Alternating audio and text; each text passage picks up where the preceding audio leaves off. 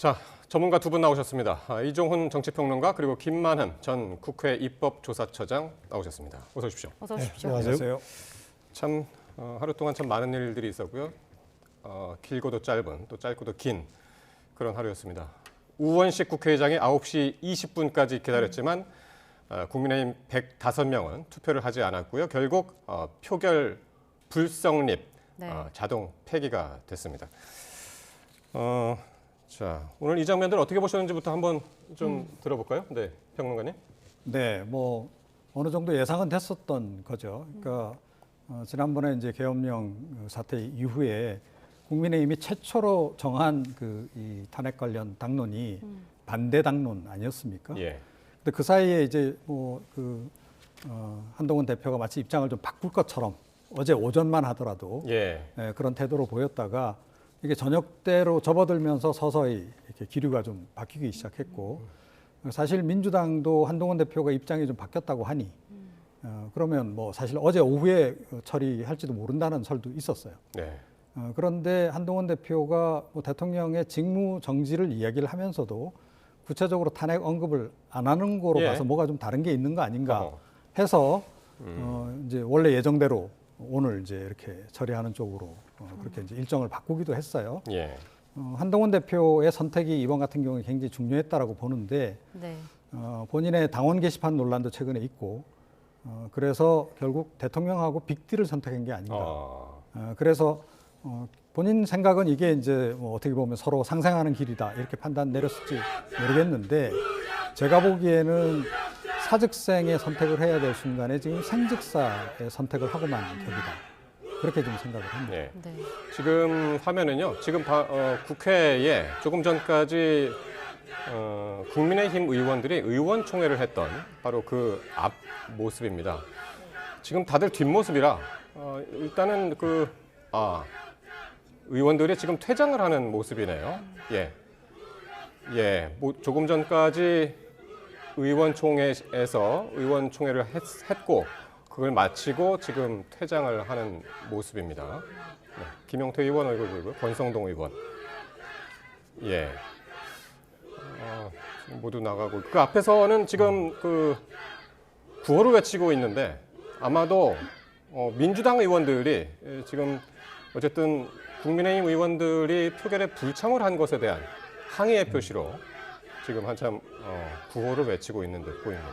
네. 자. 당직자 보좌관 섞여 있는 것 같아요. 네. 네. 그렇군요. 오늘 사실 표결이 자정 넘어서 0시 48분까지였거든요. 근데 이제 그때까지는 기다리지 않고 오후 9시 20분까지만 기다리다가 이제 표결을 더 기다리진 않았는데 왜 그때까지 기다리지 않고 그때 마감을 했을까요? 끝까지 기다린다면은 0시 48분까지 갈 수 있다는 거죠. 네. 정상적이면은 대체로 1시간 정도 기다리도록 끝낼 수 있게끔 국회법에도 규정이 돼 있습니다. 아, 그래요? 네, 1시간요? 1시간 정도 기다리고 그다음에 의장은 마감을 할 수 있다. 안 할 수 있는 거고요. 그런데 의장은 중립적이면서 가급적 참여를 원했었고요. 네.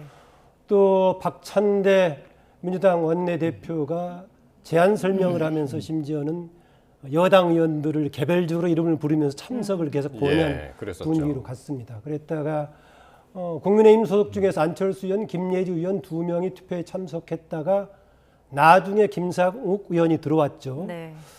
그때부터 민주당 쪽에서 혹시 국민의힘 쪽에서 지금 조금 움직임의 여지가 있는 거 아니냐라고 기다렸습니다. 그러다 보니까 그런 여지가 있을 때까지 마지막 72시간이 마감되는 0시 48분까지 연장이 가능하겠다라고 생각을 했었는데 우원식 국회의장이 중도의 상황 파악을 하고 9시 20분에 마감하겠다라고 했습니다. 아시다시피 아마 그 이후로는 일정하게 보니까 국민의힘의 상황 변화 가능성이 전혀 없다라고 판단했던 것 같고요. 또 하나 김상욱 의원이 본인은 보수주의자이자 의회주의자로서 참석해야 된다는 마음 때문에 기차로 내려가려다 다시 참석했다라고 얘기했었는데 참석은 했지만은 이번까지는 당론에 따라서 부결 투표했다는 말까지 했단 말이죠. 그런 등등 반영해서 0시 48분까지 최대한 연장해서 기다리는 것이 무망하다라고 아마 국회의장이 판단해서 9시 10분에 종결한 것 같습니다. 그렇습니다. 지금 말씀하신 대로 표결이 한참 이루어지는 그 시간에 지금 바로 앞에 장면 보셨죠. 국민의힘 의원들이 의원총회를 열고 있었기 때문에 그게 지금 불법 아니냐. 지금 총회가 열리고 있고 본회의가 열리고 있고 표결을 하고 있는데 지금 따로 나가가지고 의원총회 하는 것은 이제 방해 아니냐. 민주당에서는 그렇게 주장을 했고 또 의원총회장까지 민주당 의원들이 찾아갔었단 말이죠. 그렇죠. 네. 네, 그래서 이제 본회의장으로 좀 들어오도록 좀 권유도 하고. 예. 근데 이제 민주당 쪽에서는 이게 국회 선진화법 위반이다라는 주장도 하기도 했죠. 그러니까 국회 선진화법을 보게 되면 이제 표결 행위를 이제 방해하는 것을 금지하고 있거든요. 예. 네. 이게 사실상 이제 의원총회 한다는 이름 하에 결국 뭐 이게 일종의 감금 아니냐. 그렇다라고 한다면 자유로운 어떻게 보면 국회의원 개개인은 헌법기관인데 개개 헌법기관의 그 자유로운 그 표결을 방해했다. 그런 차원에서 이제 그 문제 제기도 좀 하고 그랬는데요. 뭐 오늘 같은 경우에는 어차피 당론으로 이렇게 정했기 때문에 되돌릴 수는 없을 거다라는 판단을 처음부터 아마 했을 가능성이 좀 높다. 예. 오늘 같은 경우에는 민주당도 가결 쪽에 그렇게까지 기대는 하지 않았을 거라고 봅니다. 예. 그리고 정치적으로 보자면 오히려 민주당은 오늘 이렇게 부결되는 것이 더 나을 수도 있어요. 당연히 이렇게 되면 이제 역풍이 국민의힘 쪽으로 불 것이고, 예. 국민 여론이 이제 국민의힘을 용서치 않는 방향으로 이제 간다는 거죠. 그러면 이걸 예를 들어서 다음번 이제 두 번째 내고 세 번째 내고 차차 시간이 지나면 지날수록 그런 여론의 압박에 의해서 국민의힘 쪽에서 이탈표가 더 나와서 예. 어느 시점에선가는 이게 처리가 될 가능성이 높다. 뭐 그런 이제 그 판단을 좀 내린 것 같고 우원식 의장은 뭐 9시 20분에 이제 사실상 종결 이제 결정을 내리면서 이 밖에 시위 참여하신 분들에 대한 언급을 좀 하셨어요. 예. 그러니까 이게 밤 12시까지 가고 새벽까지 가고 다 기다리실 거 아니에요, 그분들이. 집에도 못 돌아가고 하시니까 예. 그분들 이제 건강도 좀 생각하고 예. 해서 일찍 예. 이제 끝내신다라고 말씀을 하셨는데 네. 우원식 의장은 아마 이런 생각하고 있을 겁니다. 어차피 이 싸움은 장기전이다. 예, 그런 생각을 좀 하고 있지 않나 이렇게 생각합니다. 그러니까 본회의장 안팎의 상황을 이제 모두 고려했을 것이다라고 말씀하셨고 그러면은 아까 이제 투표 불성립되는 그 장면 한번 보고 오겠습니다. 명패수를 확인한 바 총 195매로서 성립되지 않았음을 선포합니다. 대통령 탄핵 소추안에 대한 투표가 성립되지 않았습니다. 이 사안에 대한 투표 불성립은 국가의 중대사를 놓고 가부를 판단하는 민주적 절차조차 판단하지 못한 것입니다. 국회를 대표해 국민께 죄송합니다. 사퇴를 선포합니다.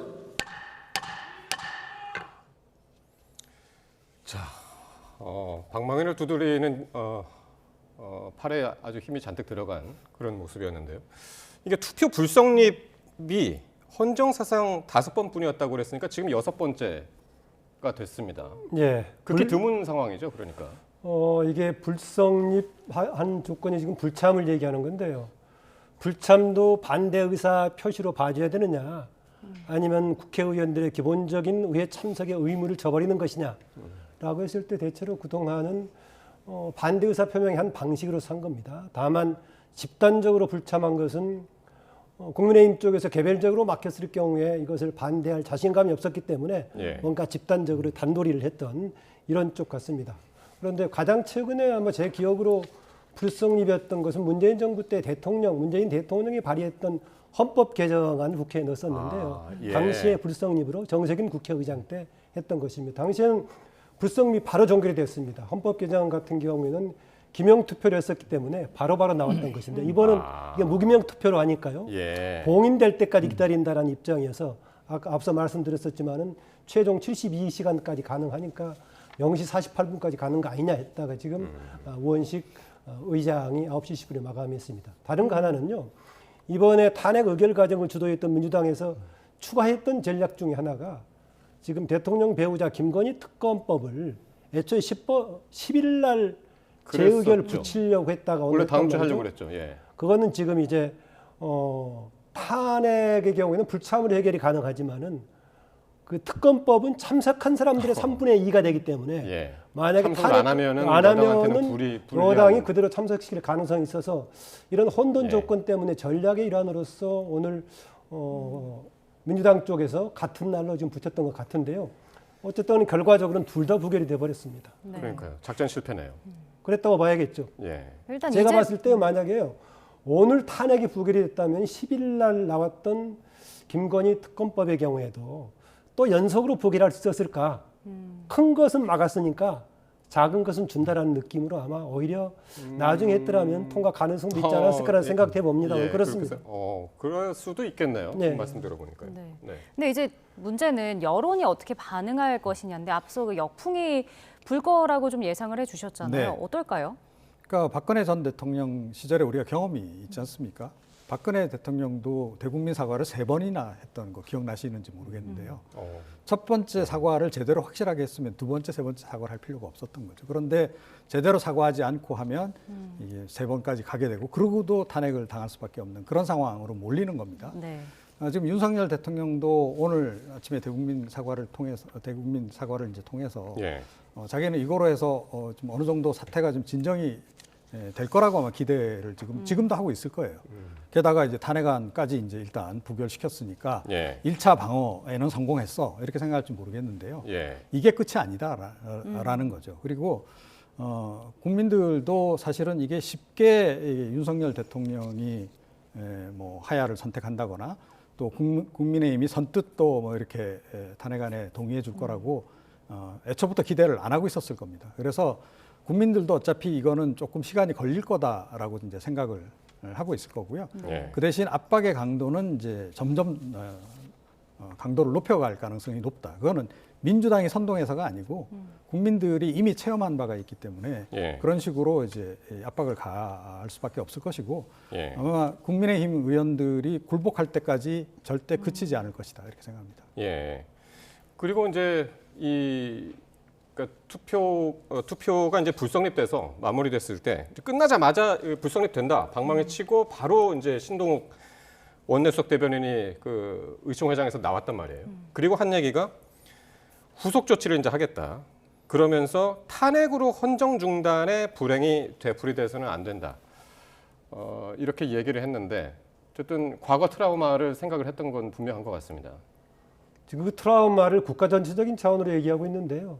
탄핵의 당사자였던 당시에 새누리당, 나중에 뭐 지금의 국힘의 전신이 되겠습니다만 그쪽의 후유증이 컸던 것이 국가적으로 큰 트라우마가 있었고 후유증이 컸다라고는 보기 어려울 겁니다. 예. 우선 객관적인 지표로요. 당시 박근혜 당시 대통령의 탄핵을 겪은 이후로 국제적으로 한국의 민주주의의 평가가 지수가 떨어졌느냐?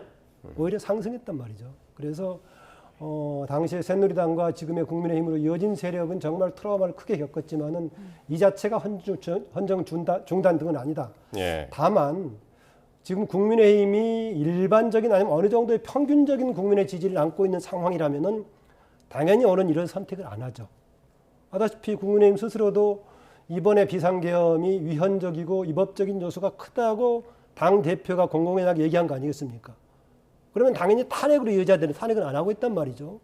그러면 점수가 훨씬 깎일 건데 워낙 지금 굳이 제가 좀 예를 들자면은 한 40점 정도에 맞고 있다면은 이 선택하지 않죠. 그럼 현재 20, 30점 맞고 있는데 더 무너질지 모르겠다라고 지금 모험을 건 건데 모험을 걸어서 이후에 성공할 수 있느냐 좀 두고 봐야겠지만은 이후에 다른 대안으로 내놓은 다른 방식들이라든가 또 상대의 지금 야당에서 안고 있는 문제들이 이후에 어떻게 전개되느냐 이런 변수를 놓고 같이 봐야 될 겁니다. 네. 그리고 이제 여당 의원 중에서 남아있던 안철수 의원 그리고 소장파 의원 중에 한 명이죠. 김혜지 의원이 이제 투표에 참여를 했었는데 안철수 의원 같은 경우는 계속해서 탄핵에 찬성하는 입장이었잖아요. 네, 그렇습니다. 그래서 뭐 중간에 뭐 약간 좀 유보적으로 바뀌었다라는 얘기가 사실은 오늘 오전에 좀 보도가 나오기도 하고 그랬어요. 그런데 결국은 이제 본인이 원래 예고했던 대로 예. 이제 투표에 이제 참여를 했고요. 오늘 이제 보신 분들은 다 아시겠지만 이제 그 김건희 특검법 표결 마치고 국민의힘 의원들은 그냥 그대로 바로 다 퇴장을 네. 해버렸어요. 그런데 이제 안철수 의원 같은 경우 자리로 되돌아왔고 예. 끝까지 이제 자리 지켰고 오랜만에 안철수 의원이 좀 멋져 보인 순간이었다. 개인적으로는 그렇게 생각을 하고요. 그러셨군요. 그 마음 변치 않으면 다시 재평가 받을 날이 오지 않을까. 개인적으로 예. 그렇게 생각합니다. 그러니까 사실 조경태 의원 같은 경우도 사실 어제 분위기만 하면은 찬성표 던질 것 같았거든요. 그러니까 그게 어쨌든 친한계로 분류가 되는 일이기 때문에 한동훈 대표가 어떻게 이야기를 하느냐에 따라서 분위기가 팍팍 바뀐 거는 사실인 것 같습니다. 어제는 그러니까 윤 대통령의 조속한 직무집행 정지가 필요하다고 했고 오늘은 조기 퇴진에 불가피하다라는 말로 워딩을 좀 바꿨기 때문에 그러면은 한동훈 대표의 입장이 어제랑 오늘이 바뀐 걸까요? 한동훈 대표의 입장과 같이 흘렀다고 볼 수 있을 겁니다. 지금 얘기하신 두 사람 경우에 안철수 의원, 조경태 의원은 그동안에도 다른 사안을 가지고도 진영에 따라가지 않고 마음에 안 들면 독자적으로 행동했던 사람들이죠. 이번에 그런 입장을 보였는데요. 어떤 사람들은 대통령의 사과문을 보고 이렇게 했다라고 얘기하는데 저는 그것보다는 하루 이틀 지나면서 상황에 대한 인식이 조금 달라지지 않았었는가. 아까 앞서 말씀드렸다시피 당연히 대통령이 위헌적인 위법에 가까운 이런 비상계엄 선포를 했다는 것에 대해서 공감하고 있지만은 거기에 대한 당연히 또 탄핵까지 염두에 뒀지만은 이후에 방식은 좀 다른 것도 필요하지 않느냐 이런 이야기인데 그것은 아무래도 공이 지적하다시피 이후의 전국의 전개에 대해서 여러 가지를 고려한 거 아닌가 좀 그런 생각입니다. 이게 정치권이 사실 오늘도 정말 혼란스러웠지만 어제도 그랬잖아요. 그래서 국민의힘이 오전 11시부터 의원총회를 해서 밤 11시에 넘어서 끝났나요? 거의 12시간. 중간에 뭐 잠깐 저녁도 먹고 그랬습니다만은 그 사이에 저녁 먹는 사이에 추경호 원내대표하고 박정화 비서실장이 대통령실로 찾아갔단 말이에요. 그리고 대통령실이 그 이후에 어제 오늘 아침까지는 뭐 잠잠했지만은 오늘 아침에 이제 입장을 냈고 그게 계기가 됐을까요? 어제 그렇죠. 저녁에. 거기서 최종 조율이 이루어졌다. 뭐 이제 아름답게 이야기하면 이제 이런 거고, 이제 나쁘게 부정적으로 이야기하자면 밀거래가 이제 최종적으로 성사가 됐다. 이렇게 이제 볼 수도 있는 건데, 이 내용은 아마 시간이 좀 지나면 차차 이제 밝혀질 겁니다. 그 경위에 대해서. 그런데 네. 한동훈 대표는 지금 가능한 한 시간을 좀 끌고 지금 곧바로 만약에 탄핵을 하고 대선 국면으로 접어들게 되면 네. 자기보다는 이재명 대표가 될 가능성이 훨씬 높다는 생각을 하고 있죠, 기본적으로. 그래서 시간을 좀 끌면 끌수록 본인에게 좀 유리할 거다 이런 판단을 좀 가지고 있는 거고요. 네. 게다가 대통령까지 탄핵당하고 났을 때 본인의 그 입지와 대통령이 탄핵 안 당했을 때 입지는 좀 차이가 크다라는 판단도 좀 한 거죠. 그런 것까지 다 계산해가지고 지금 이제 움직이고 있는 것 같아요. 그런데 뭐 물론 이제 이재명 대표도 지금 마찬가지 그런 계산을 하고 움직이고는 있습니다만 그분들의 결정이 지금 중요한 게 아니에요, 사실은. 국민들이 지금 이 계엄령 사태를 어떻게 보고 있고 이 문제를 어떻게 처리하길 바라는지를 잘 살피지 않으면 본인들의 그런 그 얄팍한 계산 때문에 오히려 엄청난 이 철퇴를 맞게 되는 게 우리 현실입니다. 실제로 과거 우리 정치사를 보더라도 그랬고 그래서 잘 판단을 내려야 되는데 제가 보건대는 한동훈 대표가 이번에 어떻게 보면 기회였다라고 생각해요. 윤석열 대통령하고 그동안에 뭐 차별화를 해야 되는데 제대로 못하고 그래서 뭐 논란도 많고 했잖아요. 이번에 확실하게 그 윤 대통령하고 선을 긋고 만약에 오늘 김건희 특검법과 그리고 탄핵안을 국민의힘이 만약에 가결을 시켰다거나 또는 국민의힘 전체가 아니더라도 이 한동훈계가 들어가서 가결을 시켰다면 국민들이 박수치지 않았을까요? 그게 아마 훨씬 더 본인 그 정치 행보에는 전 유리한 선택이었을 거다라고 봐요. 그런데 결국은 본인 생각으로는 계산을 한다고 했는데 제가 보기에는 그 계산기에 약간 좀 문제가 있었던 게 아닌가. 잘못된 답을 계산이었다. 냈고 결국은 이게 한동훈 대표 입장에서 국민들의 분노를 더 유발하고만 그런 상황이 된 거다. 저는 그렇게 보고 있습니다. 지금 이 상황에서 정파적인 게임 구도를 얘기하는 게 조금 이상할지 모르겠지만은 한동훈 대표 행보에는요 내부의 차기 권력의 행보 관련된 문제도 있지 않았을까. 그동안에 여당이든 야당이든 간에 상대 세력을 중심으로 한 모든 권력 관계였거든요.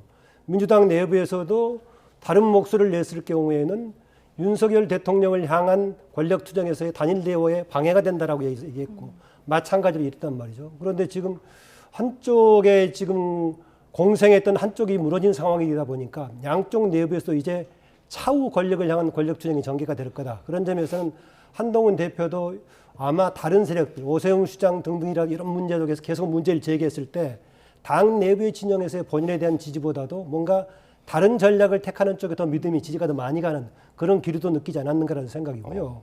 어차피 지금 여야 모두가 시간 싸움이긴 했습니다. 그동안의 시간에서 오히려 쫓겼던 것은 민주당 쪽이었었죠. 사법 리스크가 어떻게 진행되느냐에 따라서 빨리 이 문제가 구체화되기 전에 윤석열 대통령의 뭔가 행보가 결정돼야 된다는 부담감을 가지고 있었는데 윤석열 대통령 본인이 자폭을 해버리면서 시간 싸움의 주도권이 지금 민주당으로 넘어가 버렸단 말이죠. 네. 그 점에서 일정하게 지금 오히려 시간에 조급해 있는 것이 국민의힘입니다. 만약에 가장 시간에 급하게 되는 상황은 탄핵보다도 자진 사퇴, 자진 하야가 되어버렸을 경우에는요. 네. 바로 그 직후에 60일 안에 대선이 가야 되니까 가장 시간을 촉박하죠. 예. 그나마 탄핵으로 간다면은 탄핵의 심판 가능까지 2, 3개월 같이 걸리기 때문에 4, 5개월 갈 여지가 있어서 여러 가지 변수들이 있긴 합니다. 어쨌든 간에 이후에도 여야 간에 현실적인 권력 투쟁에서 시간 싸움이 들어있다라고 봅니다. 알겠습니다. 자, 그러면은 지금 대통령실 분위기도 궁금한데 한번 전해드리겠습니다. 윤석열 대통령 탄핵안이 진통 끝에 결국 투표 불성립으로 결론이 났지만 용산 대통령실은 국회 상황과 민심을 여전히 주시하고 있습니다. 네, 앞으로의 상황이 더 중요하다고 여기는 분위기인데요. 이번 탄핵안 투표에는 임기 단축 등 전국 수습책을 당의 일임한 게 영향을 준 것으로 보입니다. 조용성 기자입니다. 최대 정치적 위기에 몰린 윤 대통령을 보좌하는 대통령실은 팽팽한 긴장 속에서 하루를 보냈습니다. 밤늦게서야 윤 대통령 탄핵안이 투표 불성립으로 결론났으나 안도감보다는 이후 국회 상황과 민심의 변화를 더 주시하는 분위기입니다. 그래서 공식 반응도 없이 이번 계엄 사태가 안정되는데 어느 정도 시간이 걸릴 것이란 불확실한 전망만 일부 관계자를 통해 나왔습니다. 탄핵 찬성 쪽으로 흐르던 여당 의원들이 마음을 돌린 건 표결 당일 오전에 나온 윤 대통령의 대국민 담화였습니다. 윤 대통령은 담화문에서 국민에게 불안과 불편을 끼쳐드렸다며 사과했습니다. 매우 송구스럽게 생각하며 많이 놀라셨을 국민 여러분께 진심으로 사과드립니다. 특히 계엄 선포와 관련해 법적, 정치적 책임 문제를 회피하지 않겠으며 임기 문제 등을 당에 일임하겠다고 했습니다. 임기 단축 개헌이나 거국 내각 구성 등 구체적 언급은 없었지만 사실상 당의 요구를 수용한 것이라는 평가가 나왔습니다. 저의 임기를 포함하여 앞으로의 전국 안정 방안은 우리 당에 일임하겠습니다. 향후 국정 운영은 우리 당과 정부가 함께 책임지고 해 나가겠습니다. 윤 대통령은 담화 뒤 관저로 이동해 핵심 참모들과 함께 국회에서 진행된 탄핵안 표결 결과를 지켜본 것으로 알려졌습니다. YTN 조용성입니다. 이런 계엄 사태에 따른 윤석열 대통령 탄핵안 표결이 무산되자 외신들도 일제히 속보로 전했습니다. 이 계엄 사태에 비판적이었던 미국 정부의 반응이 나올지도 관심인데요. 이번엔 워싱턴 연결해 보겠습니다. 권준기 특파원. 네, 워싱턴입니다. 네, 이 주요 외신들도 탄핵안 표결 결과를 실시간으로 전하고 있다고요? 그렇습니다. AP와 로이터 등 해외 통신사들은 탄핵안 표결 불성립이 발표된 직후 속보를 타전했습니다. 로이터는 야당이 다수당인 국회에서 탄핵안이 상정됐지만 여당의 표결 거부로 윤 대통령이 탄핵 움직임으로부터 살아남았다고 보도했습니다. AP도 여당이 표결을 보이콧하면서 탄핵 추진이 무산됐다고 전했습니다. 하지만 한국인 대다수가 탄핵을 지지한다는 조사가 나온 가운데 이번 부결로 윤 대통령의 퇴진을 요구하는 시위가 격화하고 한국의 정치적 혼란이 심화될 것으로 예상했습니다. 뉴욕타임스와 BBC 등은 세계적으로 큰 뉴스가 발생할 때 쓰는 실시간 업데이트 형식으로 이 홈페이지에 탄핵 표결 소식을 전했습니다. 뉴욕타임스는 이번 탄핵 실패로 미국의 가장 중요한 동맹국의 리더십의 불확실성이 길어질 것으로 전망했습니다. BBC는 표결 이후 윤 대통령 퇴진 집회 분위기를 전하며 대통령이 처벌받을 때까지 멈추지 않을 거라는 이 참가자 목소리를 전하기도 했습니다. 예, 외신들 반응 그렇고요. 근데 이 탄핵안 표결 결과에 대한 미국 정부의 반응은 아직 안 나왔습니까? 그렇습니다. 지금 이 워싱턴 시간은 오전 8시 반이 조금 지났습니다. 주말인데다가 아직 이른 시간이어서 미국 정부의 반응이 즉각적으로 나올 것 같진 않습니다. 만약 입장이 나오더라도 이메일 질의에 대한 답변 형식으로 한국 시간으로 오늘 밤 늦게나 내일쯤 나올 것으로 보입니다. 미국 정부는 윤석열 정부에 대한 탄핵 표결을 앞두고 이 탄핵은 한국 내부 절차로 헌법에 따라 다뤄질 것으로 예상한다 이렇게 밝혔습니다. 탄핵 부결도 내부 절차에 따른 것인 만큼 결과를 존중한다는 짧은 답변 또는 별도 입장이 나오지 않을 가능성도 있어 보입니다. 앞서 미국 정부는 윤 대통령의 계엄 선포는 심각한 오판이라며 한국의 민주적 절차가 승리할 것이라는 입장을 냈습니다. 계엄 사태 이후 미국 국방부는 예정됐던 이 한미 핵협의 그룹을 연기하고 오스틴 국방장관의 한일 순방 일정에서 이 한국 방문을 제외시켰습니다. 지금까지 워싱턴에서 전해드렸습니다. 예. 자, 이렇게 해서 미국 네. 반응까지 봤는데 외신들 반응들은 나왔지만 아직 그 미국 정부의 반응은 안 나왔는데 앞서서 지금 이제 권중희 특파원 얘기대로 계엄 선포에 대해서는 굉장히 비판적인 이야기를 미국 정부가 했었지 않습니까? 윤 대통령이 심각한 오판을 했다. 오늘 이후에 어떨까요? 한미 관계에 이번 비상계엄 사태가 어떤 영향이 있겠습니까? 어떻게 보십니까? 각국에서 아주 실망스러운 표현을 했지만 또 동시에 한국의 회복력 이것도 같이 보도가 같이 되고 있어요. 네. 또 오히려 한국의 민주적인 능력 때문에 그걸 또 좌절시켰던 그런 것도 같이 보도가 되고 있어서 이후에 진행되는 과정을 봐야 될 겁니다. 네. 이 부분은 오늘 아주 아쉽기도 한데요. 대통령 스스로가 국민들을 놀라게 하고 불안하게 했던 것 때문에 사과한다라고만 얘기해서 네. 이것이 우리나라 국격과 국내 신인도에 미쳤던 영향에 대해서 그것도 같이 사과를 했으면 했는데 빠져 있고요. 물론 본인은 이후에 뭔가 내란 관련 사법적인 뭔가 과정에서의 좀 책을 잡히지 않으려고 드러내려고 오늘 그 사과문회가 내용들이 없어요. 예. 절박하면서 했다라는 얘기만 있지 과연 본인이 얘기했던 상황에 대한 여러 가지 문제가 국민들이 공감하고 있는지 그거를 비상계엄의 방식으로 대처하는 게 적절한 건지 예. 이런 것에 대한 것이 없고 놀라게 했다, 국민들을 불안하게 했다 예. 이런 얘기만 있었는데요. 당장은 오늘 대통령의 사과문 이후에 당하고 같이 간다라고 했었는데 과연 당에서 대신 대통령의 직무를 정지시킬 수 있으면서 조금 뭔가 질서 있게 갈 만한 대안이 가능할지 예. 저는 굉장히 쉽지 않아 보입니다. 예. 일단 임기 단축하면서 개헌 포함한다든가 책임 총리제 얘기하고 있는데요. 책임 총리제 관련은 과거에 박근혜 당시 대통령 탄핵에서 나왔다가 전혀 먹히지 않았던 것 알고 있을 겁니다. 책임 자체도 문제가 있지만 당장은 민주당에서 지금 11일로 예정된 추가 임시국회를 통해서 탄핵을 지금 다시 시도하려고 계획이고 네. 국민들의 감정도 아직 안 좋은 상황인데요.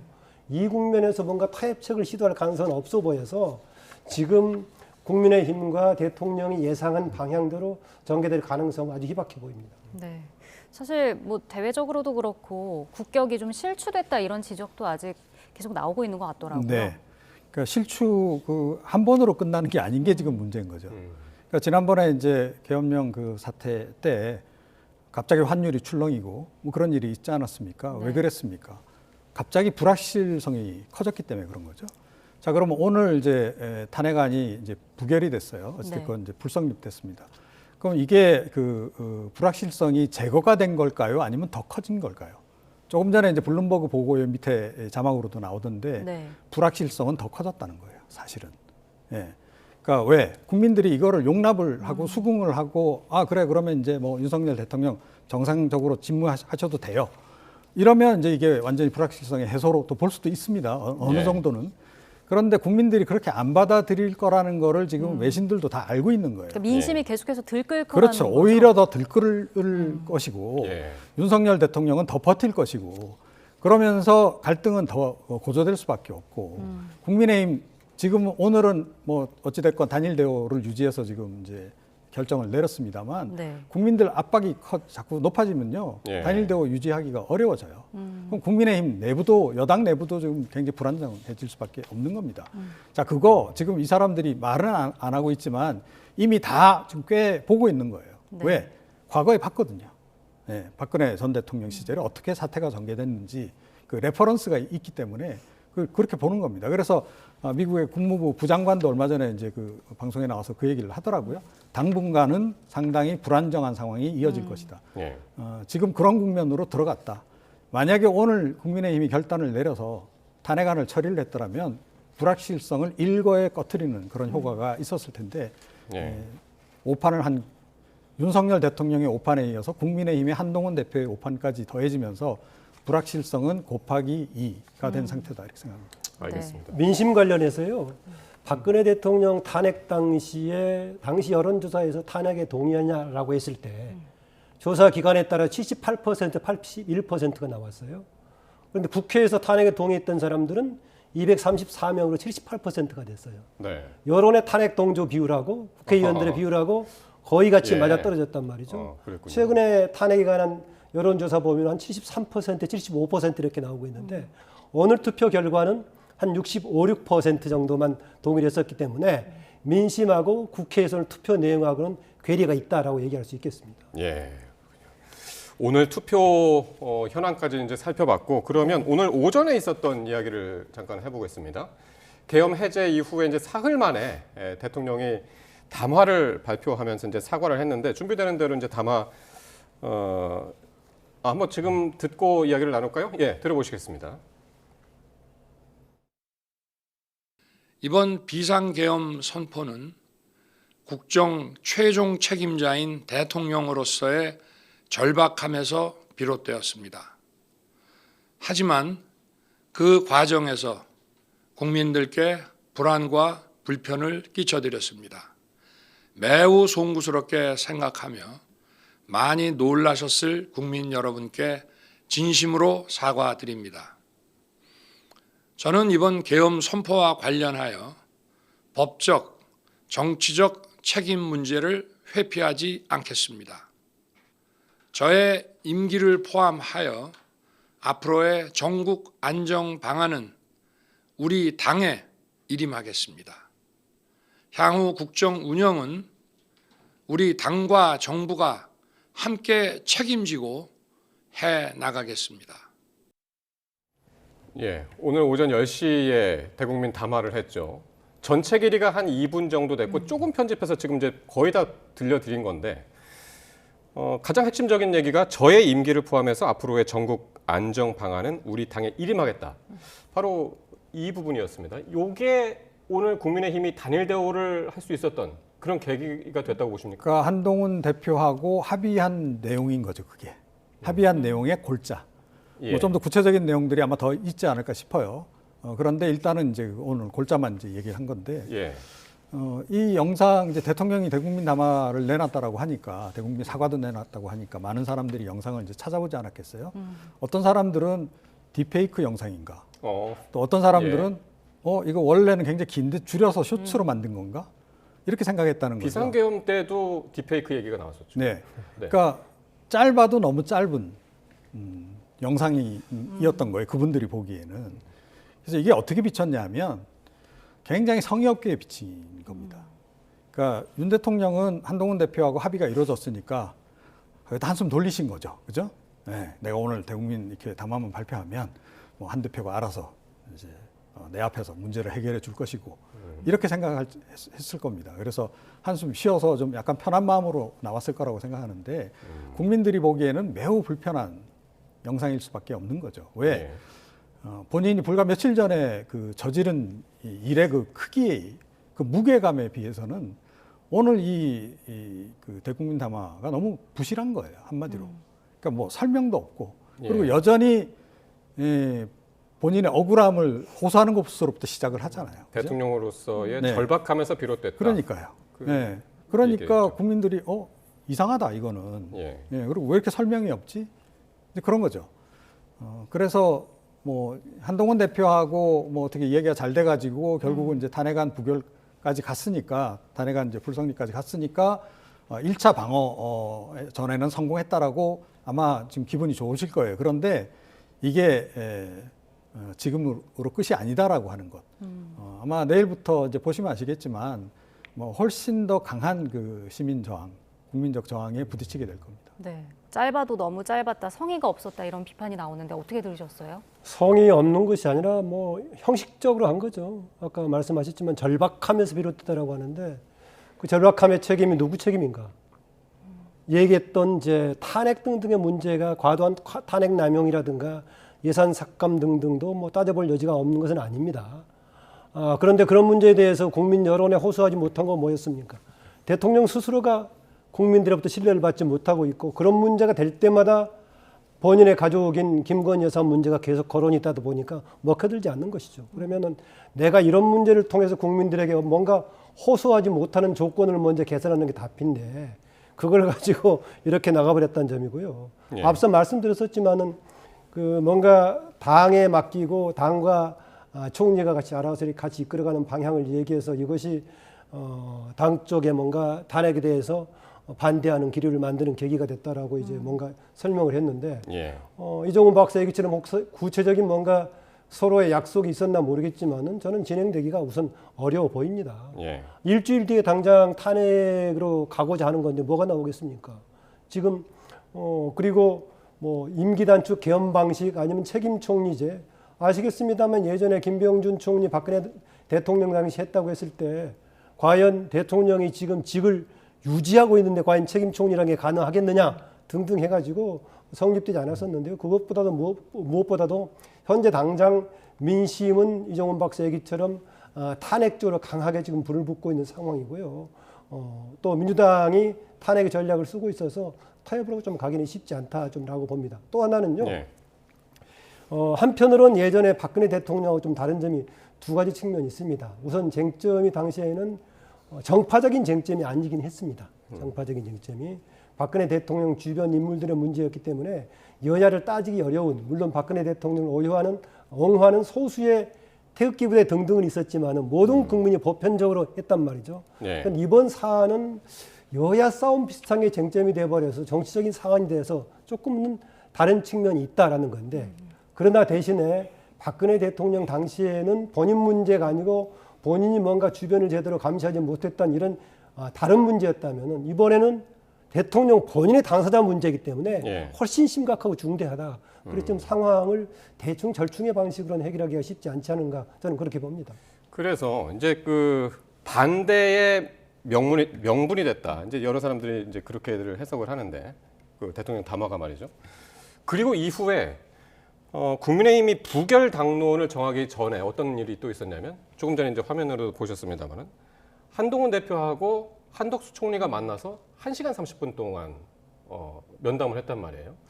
여기에서는 어떤 얘기들을 했을까요? 그러니까 이제 오늘 대통령이 아까 그 지적하신 그 부분, 예. 그게 이제 어제 합의가 이루어진 내용인 거고, 예. 그 밑에 아마 숨겨진 내용들이 꽤 있을 겁니다. 그래서 이제 일임한다고 했는데 그럼 네. 구체적으로 어떻게 일임하겠다는 건지, 예. 당과 정부가 같이 국정 운영을 한다는데 이걸 어떻게 하는 건지, 그동안은 뭐 그러면 당하고 이 정부하고 손발을 안 맞춰서 일했나요? 당정 협의 늘 하고 했잖아요, 그죠? 예. 그런데 그거 말고 뭔가 특별한 내용이 좀 들어가 있는 거죠. 그래서 그 부분을 이제 어떻게 실행할 것인가 부분을 논의했을 가능성이 굉장히 높습니다. 오늘 예를 들어서 이후에 정부를 이끌어가는 어떤 청사진을 저기서 그렇죠. 만들었습니다. 예를 들어서 윤석열 대통령 일부 보도는 보니까 이제 이선으로 이렇게 물러서는 걸 암시했다 이런 얘기가 나오던데. 네. 그러면 이제 본인이 그동안 국정을 이제 거의 다 주관하던 것에서 일부를 떼둔 한덕수 총리에게 넘겨준다거나 아니면 자기는 기본적으로 전면적으로 그 업무에서 손을 떼고 한덕수 총리로 하여금 전면적으로 이렇게 하게 한다거나 이런 식으로 이제 조정이 될 가능성이 높잖아요. 그러면 한덕수 총리 입장에서는 이제 일이 갑자기 늘어나게 되는 건데 이분도 대통령이 지금 상황에서 제가 보건대는 흔히 하는 얘기로 공무원들 간에는 업무 이게 인수인계가 있어야 되는 거잖아요. 업무가 조정된다고 할 경우에는. 그러니까 한덕수 총리 입장에서는 그럼 어저께 그렇게 해서 한동훈 대표하고 측하고 대통령실 측하고 합의는 했다는데 그 내용은 모르잖아요. 한덕수 총리는. 그 내용을 가서 이 한동훈 대표가 자세히 설명해 줬을 가능성이 높다. 네. 앞으로 이러이러한 역할을 해주시면 됩니다. 예. 그런 논의를 했을 가능성이 좀 높지 않나. 그러다 보니까 이야기도 좀 길어졌던 거 아닌가 이렇게 생각합니다. 한덕수 대표의 역할은 한덕수 총리요? 한덕수 총리의 역할은 뭔가 전국 안정 수준에 특별하게 역할할 수 있는 게 있겠는가라는 생각이 들기도 하고요. 또 하나 임기 단축했을 때 탄핵을 통한 대통령직위를 제거하는 것보다 더 짧은 기간 정도라면은 민주당이 받아주겠지만은 그보다 더 길게 가는 탄핵으로 했을 경우 제가 짧으면 4개월 아니면 5개월 정도 걸린다라고 했었는데요. 그보다 더 길게 6개월, 1년 정도로 임기 단축하는 이른바 대개 이제 개헌을 동반하는 방식으로 한다고 했을 경우에는 뭐 이후에 지방선거에 맞추는 방식 한다든가 그렇게 했을 게 과연 용납이 될 것인가 라는 점을 봤을 때 임기 단축의 방식을 빌리는 뭔가 타협책 이것도 좀 쉽지는 않아 보입니다. 그럼 민주당 입장에서는 뭐 책임 총리에다 임기 단축 개헌 같은 걸 제시했을 때 뭐 받아들이지 않을 가능성도 크다는 거네요. 역시 그래서 이후의 전개 과정은 시간 싸움이고요. 지금 이제 대통령의 자폭 리스크가 지금 가장 큰 건데 그 이전에는 야당 쪽의 사법 리스크가 오히려 더 부담을 더 스스로 많이 가지고 있던 거 아니겠습니까? 좀 약한 변수인가 모르겠지만은요. 오는 10일에 있은 조국혁신당의 조국 대표의 그런 대법원 판결도 약간 사법 리스크 논란에서 작은 것 같지만 중요한 변수가 될 수 있다라고 봅니다. 뭐냐면요. 그날 만약에 파기환송돼 버린다면은 상당 기간 동안 야당의 사법 리스크는 사라져 버릴 것이다. 온통 대통령의 이 문제만 쟁점이 돼서 사실은 국민의힘은 선택의 여지가 아무것도 없을 거다라고 보고요. 반면에 조국 대표의 현재 2년 그 징역형이 그대로 대법에서 확정이 된다면은 이것은 야당이 가지고 있는 사법 리스크에 대해서 구체적으로 인식하는 계기가 될 것이다.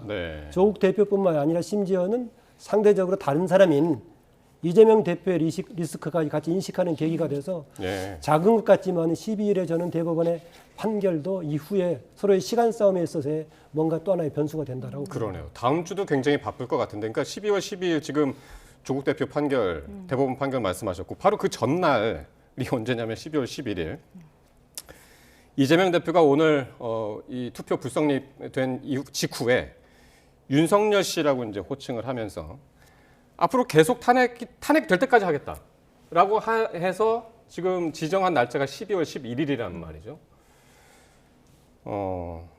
어떨까요? 오늘하고 좀 다른 결과가 있을까요? 어떻게 보십니까? 오늘과 유사한 결과가 나오더라도 이제 안 하는 것보다는 하는 편이 훨씬 더 낫다 이렇게 생각하는 겁니다.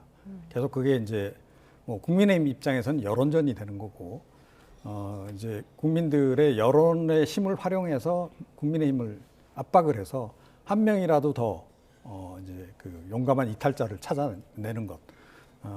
거기에 지금 초점을 지금 맞추고 있는 거다. 이렇게 이제 보시면 될 것 같고요.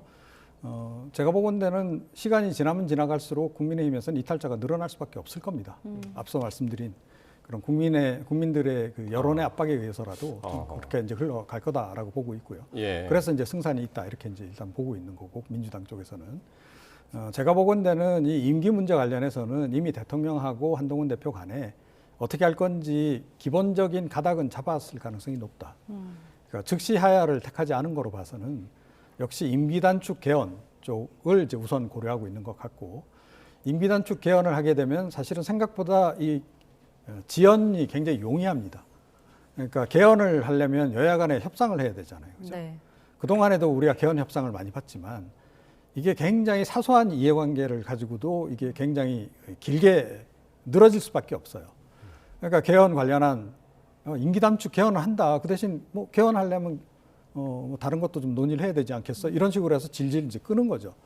그러면 길게 가면 막 1년 넘게 갈 수도 있는 겁니다. 그러면 윤석열 대통령 거의 임기 다 채워갈 무렵 돼가지고 이게 타결이 될 수도 있는 거예요. 그런 부분이 있기 때문에 이제 우선 이제 윤석열 대통령이나 한동훈 대표 입장에서는 이게 어떻게 보면 지금 현재로서는 최선의 대안일 수도 있어요. 그런데 민주당이 과연 이걸 받겠는가 하는 겁니다. 민주당은 아마 절대 안 받으려고 하지 않을까 이렇게 알겠습니다. 그러니까 그 12월 11일이라고 지정한 왜 그 날짜를 지정했을까?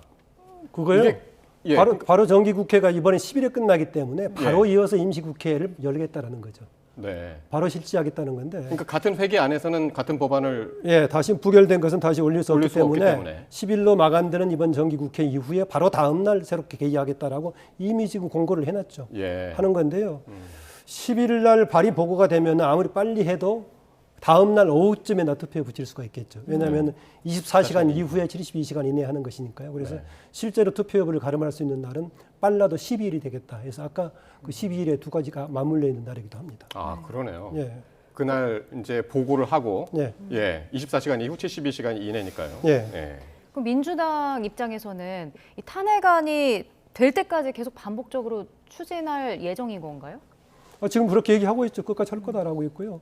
현재로서는 무엇보다 아까 제가 현재 최근에 여론조사가 뭐 73에 75% 왔다 갔다 한다라고 얘기했었는데 압도적인 국민들이 지지를 하고 있기 때문에 민주당이 그걸 추진하더라도 여론상으로 분리할 수 없고 계속 힘을 받을 겁니다.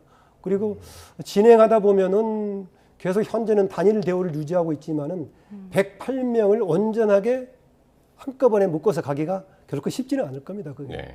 그래서 오늘 불가피한 방식으로 집단적으로 불참하는 그런 방식을 택했는데 예. 그런 방식으로 계속 가능할지 쉽지 않아 보이고요. 아까 말씀드렸었지만 지금 대안으로 채택했던 그 방안들 그게 과연 현실적으로 가능할지 상대방인 민주당이 동조 해제가 가능한데 민주당은 응하지 않을 거고 해서 현재 언어를 피하는 데는 도움이 됐지만은 예. 이후에는 도움이 안 될 것이다. 다만 상대적인 환경으로서의 뭔가 기존에 있던 야당 내부 문제라든가 이후에 차기 경쟁하는 세력들 간의 갈등 이후에 어떻게 번질 것인가 이런 게 또 추가적인 변수가 될 수 있겠습니다. 자, 그러면은 한번 조금 전에 녹취가 준비가 된 것 같은데요. 그 이재명 대표하고 신동욱 원내 수석 대변인이죠. 한번 이야기를 한번 들어보도록 하겠습니다. 국민의힘은 내란 정당, 군사 반란 정당입니다. 헌정질서를 파괴하는 군사 반란 행위, 내란 행위에 적극 가담했을 뿐만 아니라 이들을 책임을 묻는 것에 대해서도 반대했습니다. 그 얄팍한 기득권을 지키겠다고 국민의 이 영혼을 버렸습니다. 반드시 내란 행위, 군사 반란 행위에 대해서 책임을 묻고 대한민국 최악의 리스크가 되어 있는 윤석열 씨를 반드시 탄핵하겠습니다. 우리 국민의힘 의원들은 대통령 탄핵 표결에 참여하지 않는 것으로 우리의 의사를 표시했습니다. 우리는 탄핵보다 더 질서 있고 책임 있는 방식으로 이 위기를 조속히 수습해 나가겠습니다.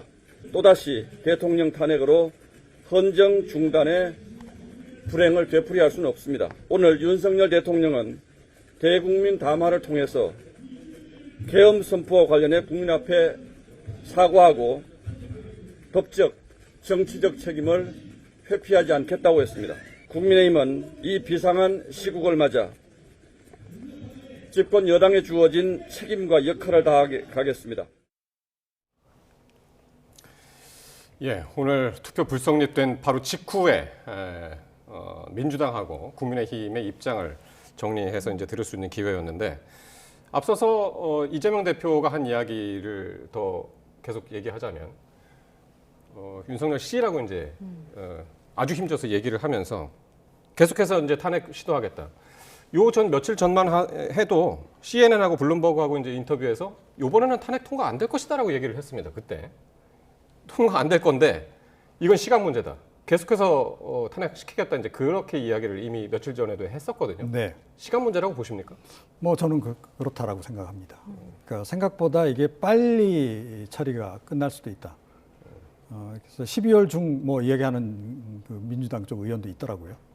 12월 중에 끝날 거다. 12월 중, 이달 중. 올해 안으로 끝날 것이다. 그러니까 11일 날 내고 그때 예. 또 부결시키면 또 그 다음에 또 내고 4, 5일 뒤에 또 내고 또 내고. 그러면 국회 회기를 계속 바꿔야 된다는 얘기입니까? 그렇죠. 그렇게 해서라도 국회 이제 회기를 연장을 계속하고 또는 임시회를 다시 여는 방식으로 해서라도 예. 계속 그렇게 끌고 가겠다라는 거고요. 이 내용은 오늘 아침에 기자간담회가 있었습니다. 이재명 대표하고 그 민주당 당직자들 다 참여한 상태에서 이제 있었는데 그 자리에서도 그 얘기를 하더라고요. 그러니까 계속 처음에 이재명 대표는 일주일 간격으로 계속 얘기를 하다가 예. 박찬대 원내대표한테 일주일 가능하겠죠 이러니까 뭐 더 당길 수도 있습니다 이렇게 답변하고 그런 예. 내용을 봤는데 그리고 지금 윤석열 씨라고 이렇게 딱 부른 나름의 또 근거가 있는 거 아니겠습니까? 뭐냐면 국민은 이미 마음속으로 탄핵을 했다라고 보는 겁니다. 그렇기 때문에 그 확신을 가지고 지금 그쪽으로 방향성을 지금 강하게 밀어붙이고 있는 중이다. 그렇게 보시면 될 것 같습니다.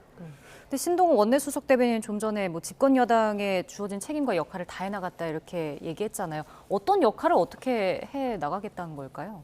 자기네들 살 길 찾는 거를 본인들은 지금 우선 생각하고 있는 게 지금 문제라고 봅니다. 그러니까 국민의 관점에서 그러니까 지금 상황에서 우리가 어떻게 처신하는 게 좋은 건지 이 순간에 윤석열 대통령을 손절을 하고 당이 중심이 돼서 다시 추스려 나가는 그 방법을 전 택하는 게 답이었다라고 생각하는데 그 선택을 하지 않고 윤석열 대통령하고 지금 함께 지금 가는 그 길을 택한 건데 제가 이런 비유를 좀 했어요. 뭐냐면 선장이 지금 잘못 이끌어가지고 배가 지금 자초가 된 겁니다.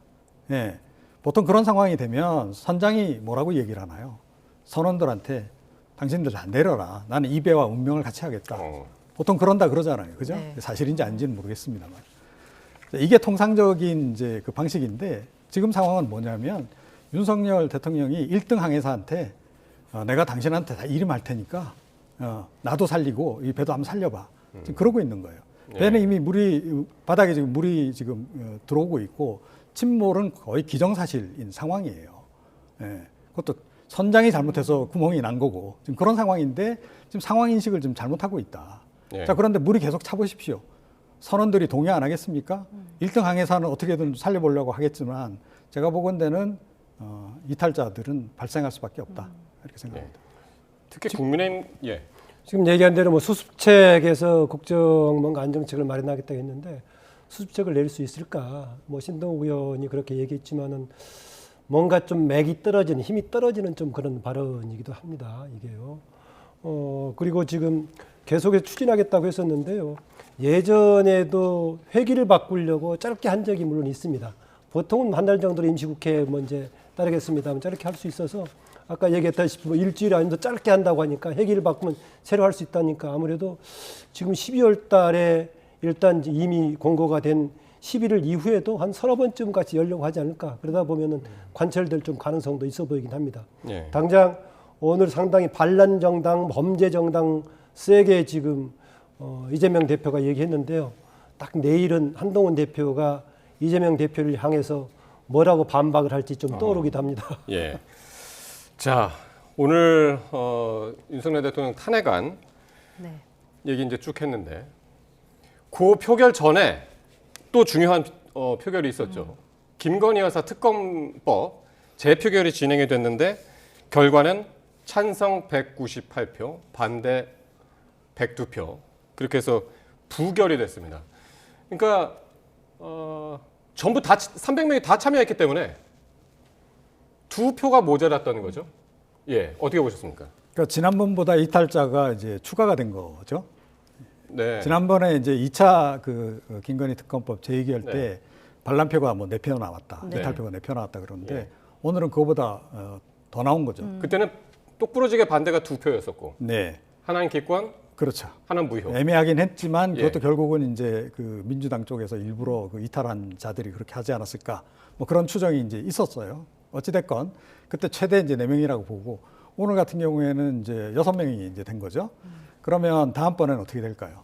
다음번엔 8명 나올 가능성이 이제 있는 거죠. 그래서 민주당은 아마 이것도 계속 이제 뭐 4차, 5차 이런 식으로 계속 밀어붙이지 않을까 이렇게 생각이 들고 이거에 사실은 이제 연동이 돼 있는 거 아니겠습니까? 그러니까 이게 탄핵하고 결국은 연동이 돼서 갈 수밖에 없을 거다라고 네. 생각해요. 그러니까 탄핵안 이제 처리와 관련해서 이탈자들이 발생하면 그 사람들이 이 김건희 특검법에 대해서도 결국은 이제 찬성을 하는 그런 선택을 하는 방향으로 그렇게 이제 함께 갈 가능성이 좀 높아졌다 이렇게 생각합니다. 저는 이게 특검법의 경우 어느 쪽 결론 나더라도 상관없을 거다라고 봅니다. 오늘 결과로만 놓고 보면은 단일 대우를 유지하는 쪽으로 국민의힘 내부에서 강조했던 것 같은데요.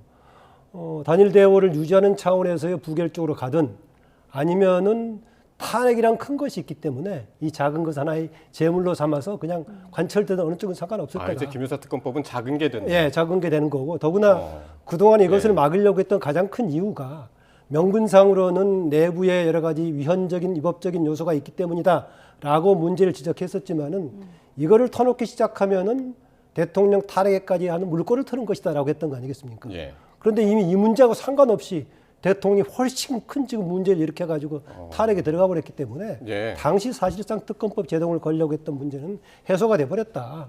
그래서 이걸로 보자면 탄핵은 다른 전국의 전략상으로 불가피하게 우리들이 막으려고 하지만은 김건희 특검법은 문제가 있지만 그래도 동의한다 해서 부결하는 쪽이든 아니면은 통과시켜주는 쪽이든 이런저런 해석이 충분히 가능한 그런 여지가 있는 특검법이었다라고 봅니다. 네, 우원식 의장이 또 이제 특검법 부결 결과를 알리면서 그 모습이 또 화제가 됐었는데요. 예. 저희가 준비한 녹취 화면부터 먼저 보시겠습니다. 윤석열 대통령 배우자 김건희의 주가 조작 사건 등의 진상규명을 위한 특별검사 임명 등에 관한 법률안 제2의 건은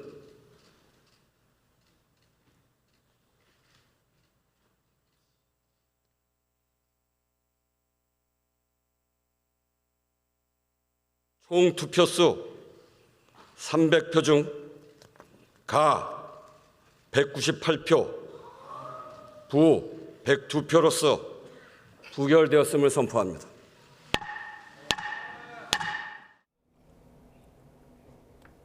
네. 이게 화제가 된 게 뭐 다들 느끼셨겠지만은 제2건은 하고 11초가 지났습니다. 네. 이건 무슨 의미입니까?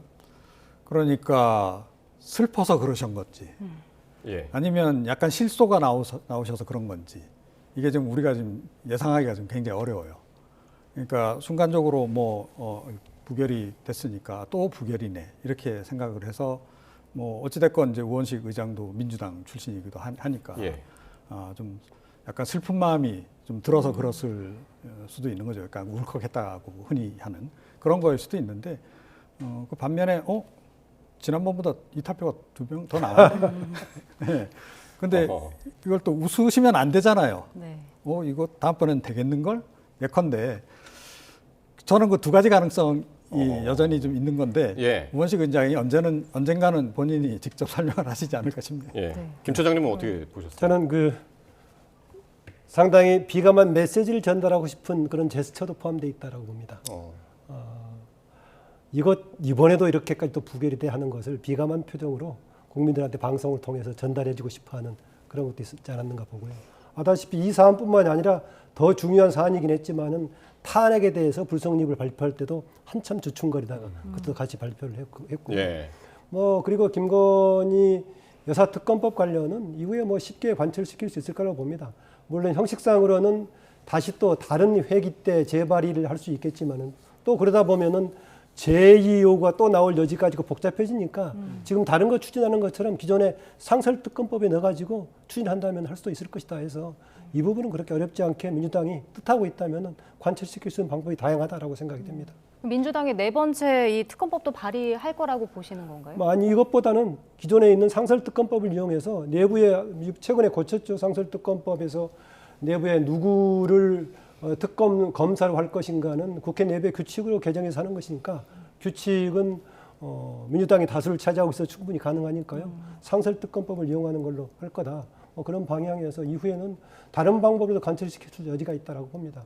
네. 그리고 이번에 만약에요. 또 다른 대통령 관련된 이런 부분을 만약에 특검 사안에 같이 넣게 된다면은 이런 것도 같이 엮어져서 좀 복잡하게 돌아갈 겁니다. 예전에는 공식적으로 국정농단 특검이라고 아예 해가지고 이렇게 당시에 이제 박 검사가 특검으로 나와서 하고 있었지만은 이번에 다른 방식을 걸고 넘어가기 시작해가지고 사실상의 경우에 따라서는 윤석열 대통령 관련된 특검으로까지 이어질 소지도 없지 않아 있다라고 봅니다. 네. 혹시 지금 준비가 됐나요? 예, 알겠습니다. 한동훈 대표가 입장을 오늘 투표 불성립 이후에 냈다고 그러는데 그 준비가 되면 또 들려드리기로 하고요. 아까 잠깐 우리 김 차장님께서 말씀하셨습니다만 원래는 어제 원래 윤석열 대통령에 대한 탄핵안 표결을 하려고 그랬었고요. 6일 날. 네. 그리고 이제 김건희 여사 특검법은 10일 다음 주에 하려고 그랬던 거를 했던 거를 어제 이제 처리할지 모른다 그러면서 이제 합쳐서 하는 합쳐서 쪽에 했단 말이에요. 얘기가 그때 나오기 시작했죠. 그거는 어쨌든 전략적으로 좀 오늘 결과만 놓고 봤을 때는 좀 전략 실패였다고 보십니까? 실패였다고 기본적으로 봐야 되겠죠. 네. 그런데 한 사람은 건졌죠. 안철수 의원. 네. 뭐 이제 그런 글쎄요. 근데 뭐 안철수 의원의 이번 같은 경우에는 이제 개인의 결단이 더 중요했다라고는 보는데, 네. 그러니까 민주당은 기대했던 게 어차피 김건희 특검법 처리하기 위해서 국민의힘 의원들이 다 일단 의석으로 이제 본회의장으로 들어올 수밖에 없잖아요. 네. 그러면 그것만 표결하고 나가는 사람 중에 아마 갈등을 할 사람이 상당히 있을 것이다. 그럼 그 중에는 결국 슬그머니 도로 앉아서 자기 착석해서 표결에 참여할지도 모른다. 이런 거를 기대를 좀 했을 가능성이 있지 않나. 그리고 앞으로 만약에 혹시 이 비슷한 상황이 벌어져서 뭐 특검법하고 이렇게 같이 처리하는 상황이 뭐 우연히 이제 시기가 겹쳐서 같이 하는 시기 때가 또 올 수도 있다라고 보는데 그때는 또 의외로 이 전략이 잘 먹혀들 수도 있겠다 이런 생각도 조금 들긴 해요. 네. 김건희 특검법 관련해서는 이후로는 그렇게 윤석열 대통령을 옹호하고 싶다면 혹시 모르겠지만 그거 아니고 국민의힘이 뭔가 국민의 지지를 받는 방향으로 간다면은 김건희 특검법을 가지고 이 문제는 무슨 막으려고 해가지고 실익이 없을 것이다. 앞서 말씀드렸었지만 유일한 게 오늘 부결시키는 데는 국민의힘의 단일 대오라는 것을 보여주는 뭉치는 그런 고리 정도였었지 내용을 가지고 이후에 부결해가지고 뭔가 특별하게 얻고자 하는 실익은 없을 겁니다. 지금 뭐 국회 앞에서는 계속해서 이제 퇴진 집회가 열리고 있고 뭐 광화문에서는 탄핵 반대 보수 집회가 열린다고 하더라고요. 앞으로 뭐 정치적 그런 후폭풍은 어떻게 좀 예상을 해볼 수 있을까요? 네, 지금 각자 지금 이제 영토가 달라졌어요. 예전에는 광화문에서 사실은 동시에 이거 하는 바람에 굉장히 좀 위험한 상황도 많이 벌어지기도 했고 그런데 이 상황 뭐 계속 이어질 겁니다. 그러다 보면 이게 일종의 약간 세대결 비슷하게 이제 흘러갈 가능성이 높은데 예. 어느 쪽으로 이제 그 사람들이 더 많이 가느냐.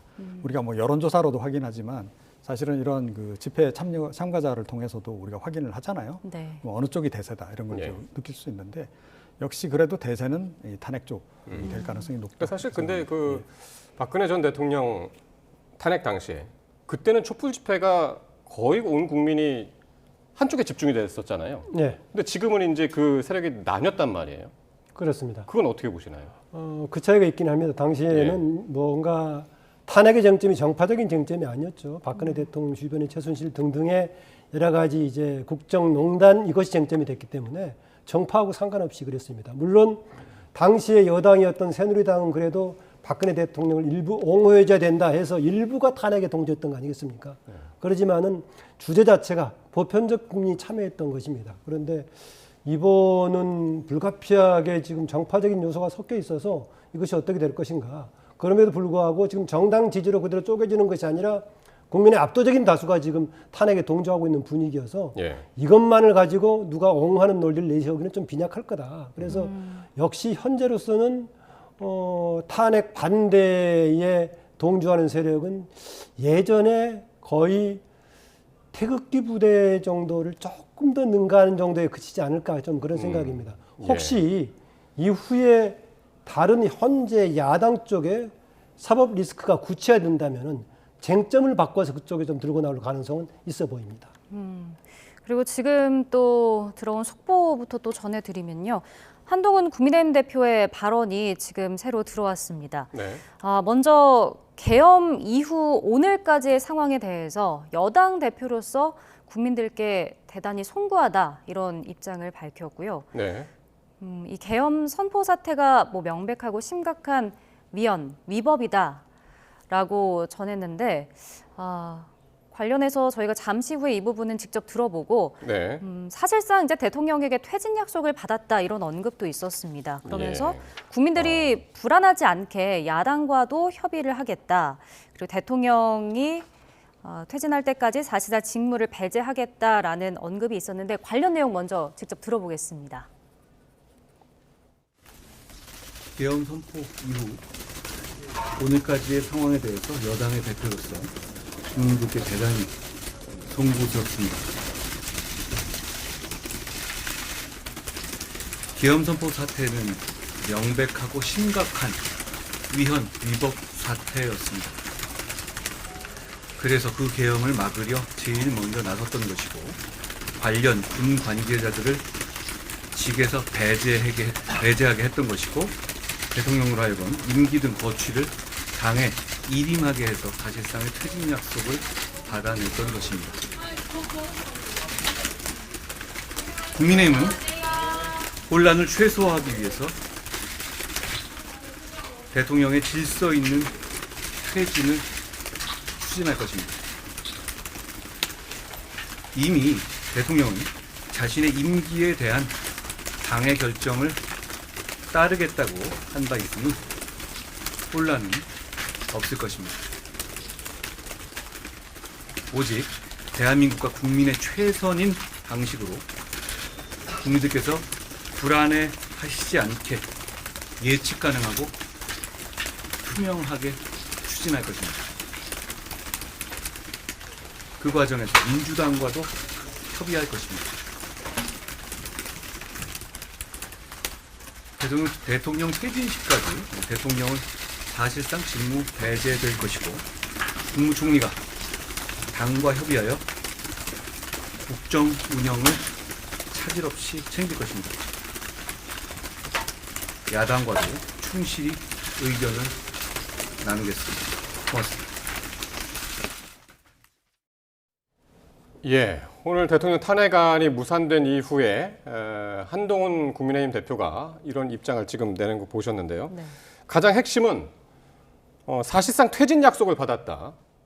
윤석열 대통령한테. 그리고 국민의힘은 혼란을 최소화하기 위해서 대통령의 질서 있는 퇴진을 추진할 것이다. 그리고 제일 마지막에 이야기했죠. 국무총리와 당과 협의해서 국정 운영을 차질 없이 챙길 것이다. 어떻게 들으셨습니까? 그러니까 대통령의 퇴진 약속을 받았고 질서 있는 퇴진을 추진할 것이다.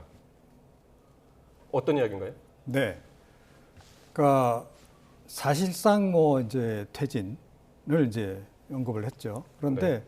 뭐 워딩을 본인은 아마 이게 사실상 탄핵입니다라고 아마 이야기하고 싶었을 거예요.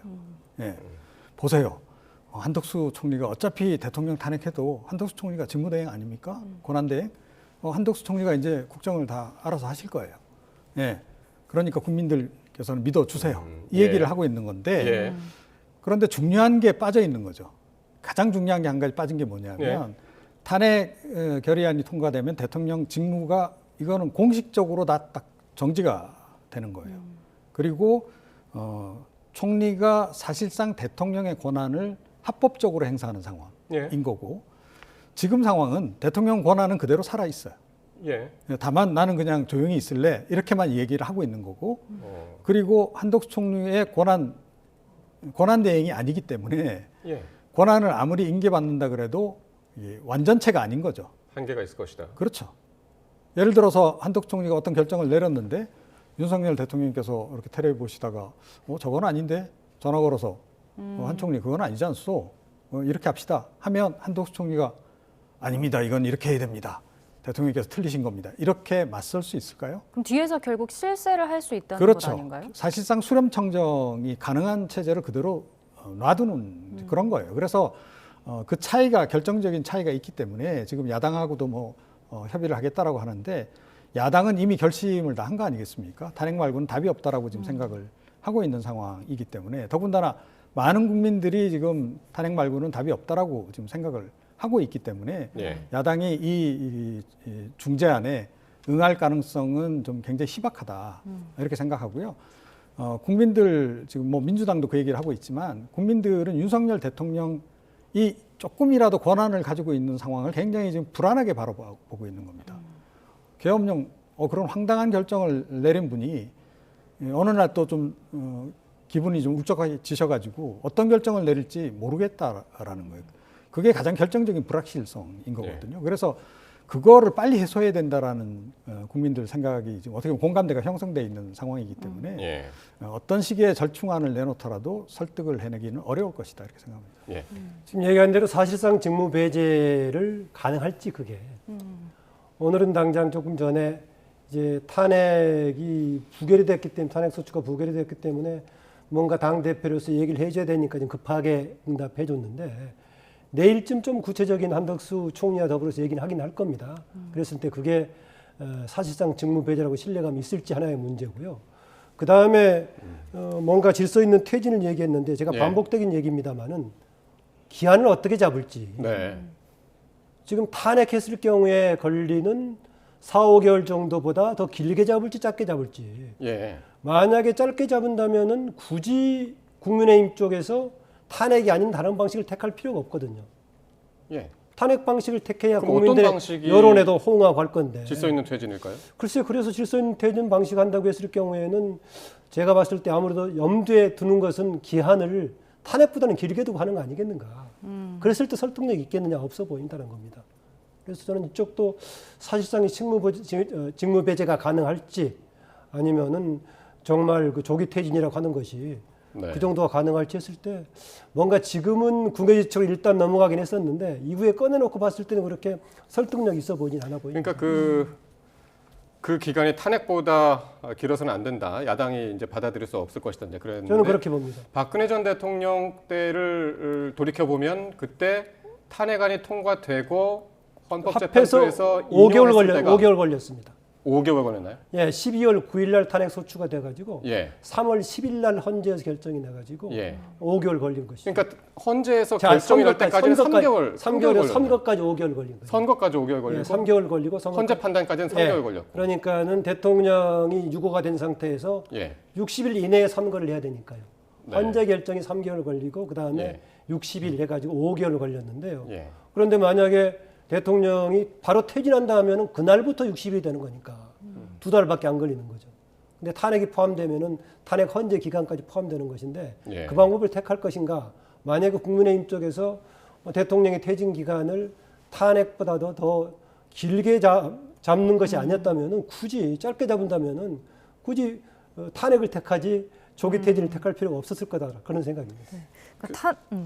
그게 어쨌든 한 총리하고 당하고 같이 한다는 거 아니겠습니까? 그래서 이제 책임 총리제라는 이야기가 그 정치적인 용어가 나오는데 책임 총리제는 뭡니까? 어떤 방식으로 하겠다는 거죠?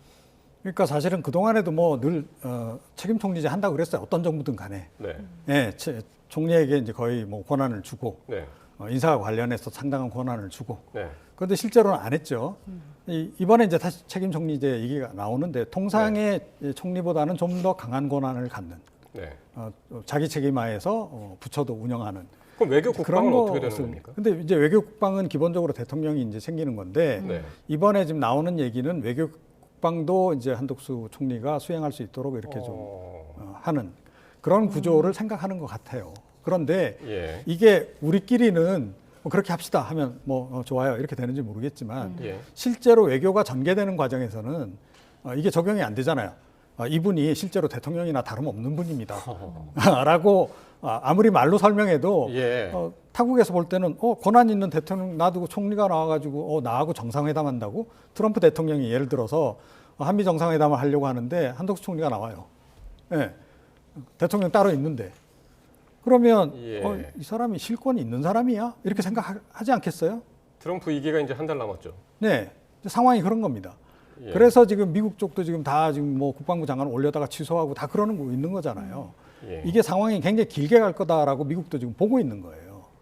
보고 있는 건데, 자 사실상 이제 직무가 배제된 상태로 이제 간다 그러면 대통령은 그냥 식물 대통령이란 얘기예요, 그죠? 국민이 뽑은 대통령인데 국민 뽑은 대통령이 사고를 쳐서 식물 대통령이 됐어요. 식물 대통령 대신에 이제 총리가 일을 한대요. 식물 대통령이 이 기간이 이게 6개월이 될지 10개월 될지도 몰라요. 자, 본인들 입장 관점에서 생각하면 그게 뭐 정권을 유지하고 하는 게 유리할지 모르지만 국민적 관점에서 무슨 실익이 있나요? 예, 빨리 새 대통령을 뽑는 게 낫잖아요. 국민의 지지를 받는, 실제로 권한이 있는. 그렇잖아요. 일반 기업에서 이렇게 하나요? 예, 일 잘못한 그 CEO가 있는데 예. 그 사람을 바로 교체하지. 예. 당신은 그냥 뒤에 물러나서 조용히 있고 다른 또 이렇게 CEO 임명해서 그 사람으로 실제로 하게 하고. 이게 그 회사 관점에서도 네. 사원들 입장에서도 이 납득이 안 가는 거와 마찬가지로 네. 지금 상황에서 지금 국민의힘이 지금 내놓고 있는 해법이라고 하는 게 국민들한테는 전혀 실력이 없는 실익이 없는 한마디로 국민들 어떻게 보면 부하만 더 유발하는 예. 그런 지금 안을 내놓고 있는 건데 본인들이 이걸 좀 아는지 모르겠어요. 책임 총리제는 그동안에 간혹 제기가 되기도 했었죠. 개헌하지 않고도 책임 총리제 운영하면 분권의 효과를 노릴 수 있다. 이런 얘기가 나와서 과거에 노무현 대통령도 그런 얘기를 개헌을 안 하려고 하면서 그런 얘기 한 적도 있었고 또 김대중 정부 시기에 이른바 DJP 연합해가지고 김종필 총리를 이야기하면서 그나마 조금 독자적인 역할이 있었다라고 얘기하는데 그럼에도 불구하고 근원적으로 따로 선출하지 않으면 책임 총리가 어렵다라는 겁니다. 그런데도 이번에 그나마 조금 책임 총리에 가까운 역할을 한다면은 한도숙 총리가 아니고 총리까지 포함한 거국 내각을 새롭게 동시에 구성한다면은 예. 그런다면 혹시 여지가 있을지는 모르겠습니다. 거국 내각이면은 어디까지 포함하는 겁니까? 총리가 이후에 새로운 내각들을 추천하는 것이죠. 예. 그리고 새 총리인데 지금 얘기가 돌아가는 걸 보면은 현재의 거국 내각을 구성한다고 하더라도 총리는 현재 한덕수 총리를 토대로 해서 이렇게 가는 것처럼 얘기하는데요. 그랬을 때 과연 한덕수 총리가 아무래도 정파적인 성격이 약한 사람이라고 하더라도 민주당에서 받아들일까 했을 때 좀 쉽지 않아 보이긴 합니다. 그래서 그나마 상대적으로 책임 총리가 가능할 경우에는 새롭게 구성하는 거국 내각, 정파를 따른 거국 내각을 구성했을 경우에 조금 더 그나마 예. 독자적인 총리 역할이 좀 보일 수는 있다. 그렇게 봅니다. 이런 부분을 다 포함해서 야당과 협의가 좀 잘 이루어질 수 있을까요? 한 대표가 앞서 이야기도 했는데. 뭐 제 생각에는 이제 그 조금 전에 이제 거국 내각 말씀하셨는데 장관 자리 몇 자리 내주는 거죠 민주당에. 그래서 이제 당장 이제 선거 대선을 치러 새로 대통령 뽑는 건 아니더라도 민주당도 이렇게 들어오고 민주당은 어찌 됐건 뭐 다수당이고 국민들의 지지를 받는 당이니까 그러니까 어느 정도는 이제 정당성을 보강을 할 수 있는 거죠. 그렇게 해서 이제 가는 방안 이런 거를 내놓긴 할 텐데요. 예. 국민들은 어떻게 생각할까 이거를. 이걸 긍정적으로 볼까요? 아니 지금 상황에서 제가 보건대는 이 사람들 보기에 자기네들끼리 또 짬짬이 하네. 이렇게 이번 상황에선 생각할 겁니다. 아마. 예. 한동훈이 윤석열 대통령하고 짬짬이 하더니 이제는 민주당까지 붙어서 짬짬이를 해. 이렇게 판단 내릴 가능성이 지금은 굉장히 높다. 왜? 그 계엄 사태라고 하는 게 워낙 엄중한 상황이기 때문에 국민들이 그렇게 바라볼 수밖에 없을 것이다. 그래서 예. 이것도 성사가 잘 안 될 것이다. 저는 그렇게 생각합니다. 지금 그 지적처럼 워낙 지금 대통령 스스로가 국가적인 국헌문란 수준의 과오를 저질렀기 때문에 국민들이 그렇게 갈 수밖에 없을 거다라는 건데요. 네. 대신에 이게 시간이 지나면서 정파적인 성격을 띠게 된다면 좀 상황은 달라질 수 있을 거다라는 네. 겁니다. 제가 앞서 말씀드렸다시피 박근혜 당시의 탄핵 시기하고는 두 개가 다르다라고 얘기했었는데 네. 하나는 정파적인, 하나는 당시에 박근혜 대통령 시기는 아까 말씀드렸다시피 보편적인 쟁점이었고 정파적인 쟁점이 아니라 이게 나라냐라고 문제가 나왔을 때니까요. 그런 상황이 있다는 점에서 오히려 국민들이 많이 모을 수 있는 그런 쟁점이었었죠. 네. 그런데 이번에는 반대로 그런 건 아니지만은 워낙 큰 사고를 처벌했기 때문에 국민 모두가 분노하는 상황이죠. 예. 그래서 현재는 열정에 달았는데 이후에도 지금 오늘 탄핵 반대 때문에 계속 불이 붙어서 갈지 아니면은 정파적인 성격이 도드라지면서 정치 게임의 성격으로 틀어질지 이것도 조금의 변수가 있긴 합니다. 예. 그래서 사실 그 거국 내각 지금 계속 말씀하시면서 떠올리는 게 지난 4월 총선 때 바로 직후에 총리 이야기가 한참 나왔었잖아요. 야당의 뭐 박영선 의원 전 장관 얘기도 나왔었고 그때 뭐 대통령실 안에서도 막 혼선이 있고 막 그래가지고 한참 정치권에서 이제 시끄러웠었는데 그때 야당에서 굉장히 반발을 했었단 말이에요. 그러니까 뭐 이거는 모르겠습니다. 이번에는 어떻게 야당이 반응할지. 계속해서 지금 탄핵을 추진하겠다고 하는 그런 와중에 이걸 과연 네. 받아들일 수 있을까? 그러니까 민주당의 워딩으로 이제 제가 설명을 드리면 예. 반란수계하고 지금 함께 일하겠다는 얘기예요. 반란수계를 처단하지 않고 정리하지 않고 그 사람의 권한은 그대로 둔 상태에서 권한을 그 사람이 행사하던 권한을 반 나눠서 서로 행사하겠다. 이렇게밖에 안 되는 거예요. 네. 절대 자기네들 받아들이지 워딩으로 못할 것이다. 그렇다는 겁니다. 민주당 워딩으로. 예. 이게 성립이 될 수 있는 워딩인가요? 내지는 성립이 될 수 있는 논리인가요? 예. 성립되기 어렵다 이렇게 생각합니다. 그래서 민주당이 변화 가능성은 별로 없다. 아다시피 지금 이번에 대폭탄을 자폭을 하기 이전에도 민주당은 상당히 강하게 퇴진이라는 용어를 XX로 표현하면서까지 사실상 퇴진 압박을 계속해왔던 거 아니겠습니까? 윤석열 대통령. 심지어는 이전에 그 총선에서 뭐 나면 3년도 너무 길다라고 얘기할 정도로 이미 기정사실화했는데 이렇게 큰 사고를 쳤는데 계속 지금 퇴진 쪽으로 밀어붙일 수밖에 없는 상황이고요. 예. 유일한 변수가 앞서 말씀드렸다시피 상대적으로 대응하는 한동훈 대표를 중심으로 한 여당이 어떤 국민들에게 새로운 뭐 신뢰를 줄 수 있는 여지를 만들 것인가 이 정도만 남아있지 지금 뭐 민주당 쪽에 협상의 여지가 있다거나 이런 것은 없어 보입니다. 그래서 내일 이제 또 한동훈 대표가 한덕수 총리와 2차 회동을 가진다고 합니다. 그러면 이때 담화문이 나올 가능성도 있는 것 같은데 어떤 내용이 담겨서 그럼 발표가 될까요? 뭐 이제 논의를 해서 조금 전에 이제 한동훈 대표가 설명한 그거보다는 조금 더 이제 자세한 내용이 이번엔 자세한 버전이 나오겠죠. 예. 그리고 이제 한덕수 총리의 입으로 이제 총리 담화문이 이번에 이제 나오게 되는 그런 식으로 이제 나올 겁니다. 그래서 한덕수 뭐 총리 이미지도 나쁘지 않고 하니까 나와서 이제 제가 잘 하겠습니다. 대통령께서 다 내려놓기로 하셨습니다. 국민 여러분 저만 믿어주세요. 이제 이렇게 얘기를 할 텐데 예. 국민들이 아무리 한덕수 총리가 인상이 좋고 하더라도 과연 그거를 지금 이 분위기에서 용납을 할까? 의문이다 이렇게 생각합니다. 예. 자, 오늘 그리고 이제 이런 표결이 진행되는 와중에 탄핵안 표결이 진행되는 와중에 전해진 얘기가 뭐였냐면 추경호 국민의힘 원내대표가 사퇴 의사를 밝혔다. 그리고 뭐 중간에 잠깐 신동욱 대변인이 이걸 부인하긴 했습니다만 다시 이게 확인이 됐죠. 사의를 표명했다라고. 특히 이제 친한계 일부에서는 상황이 이 지경까지 온 데는 추 원내대표 책임이 가장 크다. 그런 입장인 것 같습니다. 어떻게 보셨습니까, 이 내용은? 최근에 움직임에 대해서 심지어는 지금 고발까지 민주당 쪽으로 한 거 아니겠습니까? 행보가 이번에 첫날 지금 이제 국회에서 해제 요구안에 대해서 당의 당사와 옮기거나 왔다 갔다 하는 과정이 있고 정확하게 확정적으로 확인된 거 아니겠습니다만은 대통령실 쪽과 그 과정에서 뭔 교통이 있던 것처럼 이렇게 알려져 있는 상황이고요. 그 이전에 있어서의 당에서도 대통령실 쪽을 계속 대변하는 역할을 하면서 한동훈 대표의 행보에 제동을 걸었던 거 아니겠습니까? 그래서 그런 과정이 있기 때문에요. 더구나 지금 추경호 대표 체제를 낳고 되든 안 되든 건 어쨌든 간에 지금 국회에서 야당의 협조를 받으려면 역할을 해야 되는데 추경호 대표를 가지고는 야당이 지금 고발까지 하고 있는 상황에서 하기는 불가능할 겁니다. 그래서 구조적으로도 추경호 대표 원내대표는 이번에 본인이 내려놓을 수밖에 없고 당에서도 교체를 해야 될 겁니다. 네. 그럼 추경호 원내대표가 사퇴를 하는 것으로 책임을 지는 게 충분하다고 보시나요? 뭐 자기들끼리는 그렇게 생각할 수 있겠죠. 국민들이 어떻게 생각하는 거 전혀 상관없이. 지금 본인들이 제가 보기에는 우물한 개구리 같아요.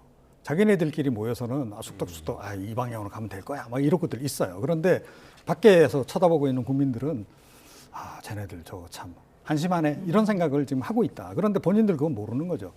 자, 권력 투쟁의 관점에서 보자면 한덕수 총리, 한동훈 대표에게 결국은 추경호 원내대표가 밀린 격이에요. 이번 일을 겪으면서. 그러니까 계엄령 사태 있기 전까지는 추경호 원내대표가 사실상 대표 역할을 했잖아요. 윤석열 대통령이 뒤를 팍팍 밀어주면서 뭐 대표 패싱까지 하면서 뭐 힘이 막강했었어요. 그죠? 자, 그래갖고 뭐 당원 게시판 이슈까지 해가지고 이제 뭐 한동훈 대표를 뭐 완전히 몰아낼 것처럼 했는데 이 대통령이 이제 사고를 치고 나서 본인이 이제 다급해지니까 한동훈 대표를 필요로 하는 상황이 돼버린 거고, 자, 그 상태가 되면 추경호 원내대표는 밀려날 수밖에 없는 거잖아요. 그들의 이제 권력 논리로 볼 때. 자, 그러니까 당연히 이제 밀려나는 거고. 근데 이 다음에 이제 이 자리에 누가 앉는가를 우리가 예의주시해서 봐야 된다. 추경호 원내대표보다 더 강성 친윤계가 이 자리를 차지하게 될 것인지, 아니면 한동훈 대표가 원하는 수족처럼 부리는 사람이 앉는지, 그거를 보면 대략 앞으로 향후 이 가닥이 어떻게 잡혀갈지를 우리가 좀 예상해 볼 수 있지 않을까 이렇게 생각합니다. 그러니까 지금 추경호 원내대표가 사의 표명을 한 거고, 이건 결론은 어떻게 냅니까? 그 원내 또 의총을 열어가지고 결론을 내는 거예요? 원내대표단에서 뭐 수긍을 하면서 바로 선출하든 아니면 공고례 선출하든 간에 그런 네. 절차를 거쳐야겠죠. 후임 절차를 해야겠죠. 예. 본인이 사의 표명했으면 보통 받아들이니까. 그래야 당연히 그러겠죠. 이것은 네, 뭐 굳이 네. 당신이 계속 하라는 얘기는 없을 거고요. 예. 워낙 큰 일이 터져버려서 그냥 지나가고 있는데요. 지금 이번에 정기국회 끝나기 전까지 중요한 쟁점 중에 하나가 지금 예산안 확정 부분이 남아 있었지 않습니까?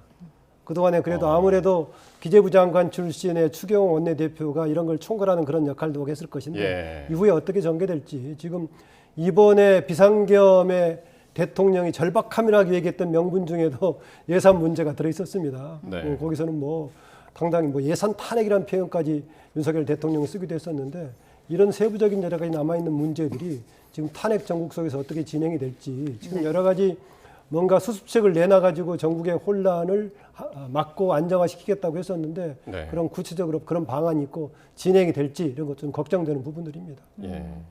그런가 하면 지금 그 민주당의 추 원내대표가 계엄 해제 요구한 의결을 방해했다면서 이제 내란죄로 고발하겠다는 입장이잖아요. 이거는 뭐 성립이 되는 건가요? 성립이 될 수도 있죠. 그러니까 지금 뭐 추경호 원내대표는 사전에 연락 못 받았고 이렇게 이야기를 지금 하고 있습니다. 사후에 이제 대통령이 전화 걸어가지고 미리 연락해서 미안하다라고 이야기를 했다. 뭐 이 얘기인데 그 상황에서 연락 못 받았다라고 전제하고 대통령이 미리 연락해서 좀 미안하다라고 이야기하고 그냥 끊었을까요?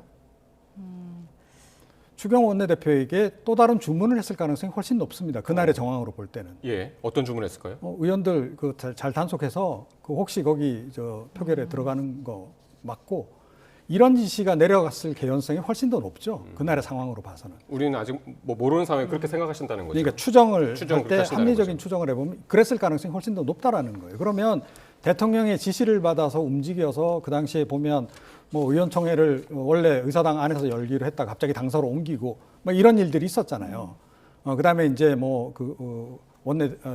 국회의장에게 연락해가지고 우리가 좀 준비가 될 때까지 좀 기다려달라라고 표결 기다려달라는 얘기도 하고 그런 것이 따지고 보면 결국은 표결을 지연시키거나 방해하는 그런 행동으로 볼 수 있잖아요.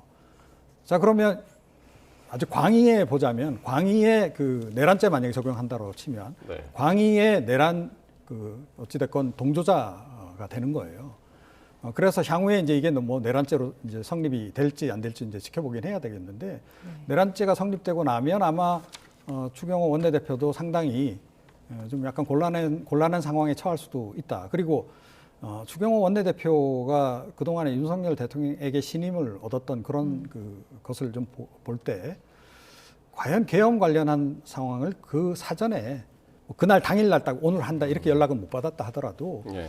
그 관련한 이런 일들이 진행될지 모른다라고 하는 것을 과연 몰랐을까?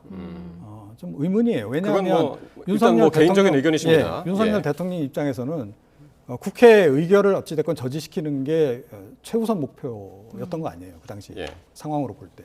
그런데 원내에서 원내대표를 완전히 패싱한 상태에서 그런 논의들을 과연 진행시켰을까? 이런 의문은 우리가 제기해 볼 수 있다. 그게 이제 내란죄까지 뭐 동조 방조까지 같이 가려면은 얘기했다시피 구체적으로 그 비상계엄이 갖고 있는 문제를 안고 있으면서 그걸 막으려는데 동조하는 차원에서의 당사로 빼돌리려고 했느냐 이것이 이제 확인이 될 부분이고 또 더 근본적으로는 윤석열 대통령 관련 지금 상당수 사람들은 내란 관련 혐의를 두고 있는데 예. 그게 내란으로 확인될 수 있느냐 문제죠. 예컨대 아무래도 윤석열 대통령 쪽에서는 절차상으로 본인이 제기했던 것을 국회에서 걸러줬기 때문에 거기서 그쳤기 때문에 뭐 아니다. 자기는 헌법을 준수했다라고 주장할 수 있는 것이기 때문에 등등의 절차에 따라서 윤석열 대통령의 행보가 내란죄까지 갈 수 있는 것인가. 그다음에 추 원내대표도 알고 있으면서 그걸 뭔가 국회 의결 과정을 방해하려고 의원들을 가로막고 빼돌리려고 했었는가. 이건 두 개는 좀 확인해 봐야 될 상황 같습니다. 예. 요 얘기는 어떻게 들으셨는지 모르겠네요. 이준석 개혁신당 의원이 정당 해산 심판 뭐 이런 얘기를 했습니다. 만약에 이제 국헌 논란에 가담했다면은 정당 해산의 사유다 이렇게 이야기를 했는데 요 얘기는 어떻게 들으셨습니까? 그러니까 이제 그 요건을 갖추려면 이제 추가적으로 이제 확인돼야 될 것들이 많은 건 맞아요. 네. 예를 들어 한동훈 대표가 뭐 이 상황을 사전에 알았고 그것과 관련해서 뭔가 통제 내지는 협조 활동을 했다거나 추경호 원내대표가 어찌됐건 당의 계속 핵심적인 그 당직자 아닙니까? 그런 사람들이 뭔가 함께 움직인 그런 게 있다라고 한다면 그야말로 내란 뭐 동조 내지는 방조 내지는 뭐 이제 이런 게 이제 혐의 적용이 될 수 있는 거죠. 그 당시에 연락을 했는지 여부 뭐 그 예를 들어 녹취록이 있으면 녹취록 이런 것들이 다 뒷받침돼야 하는 건 맞아요.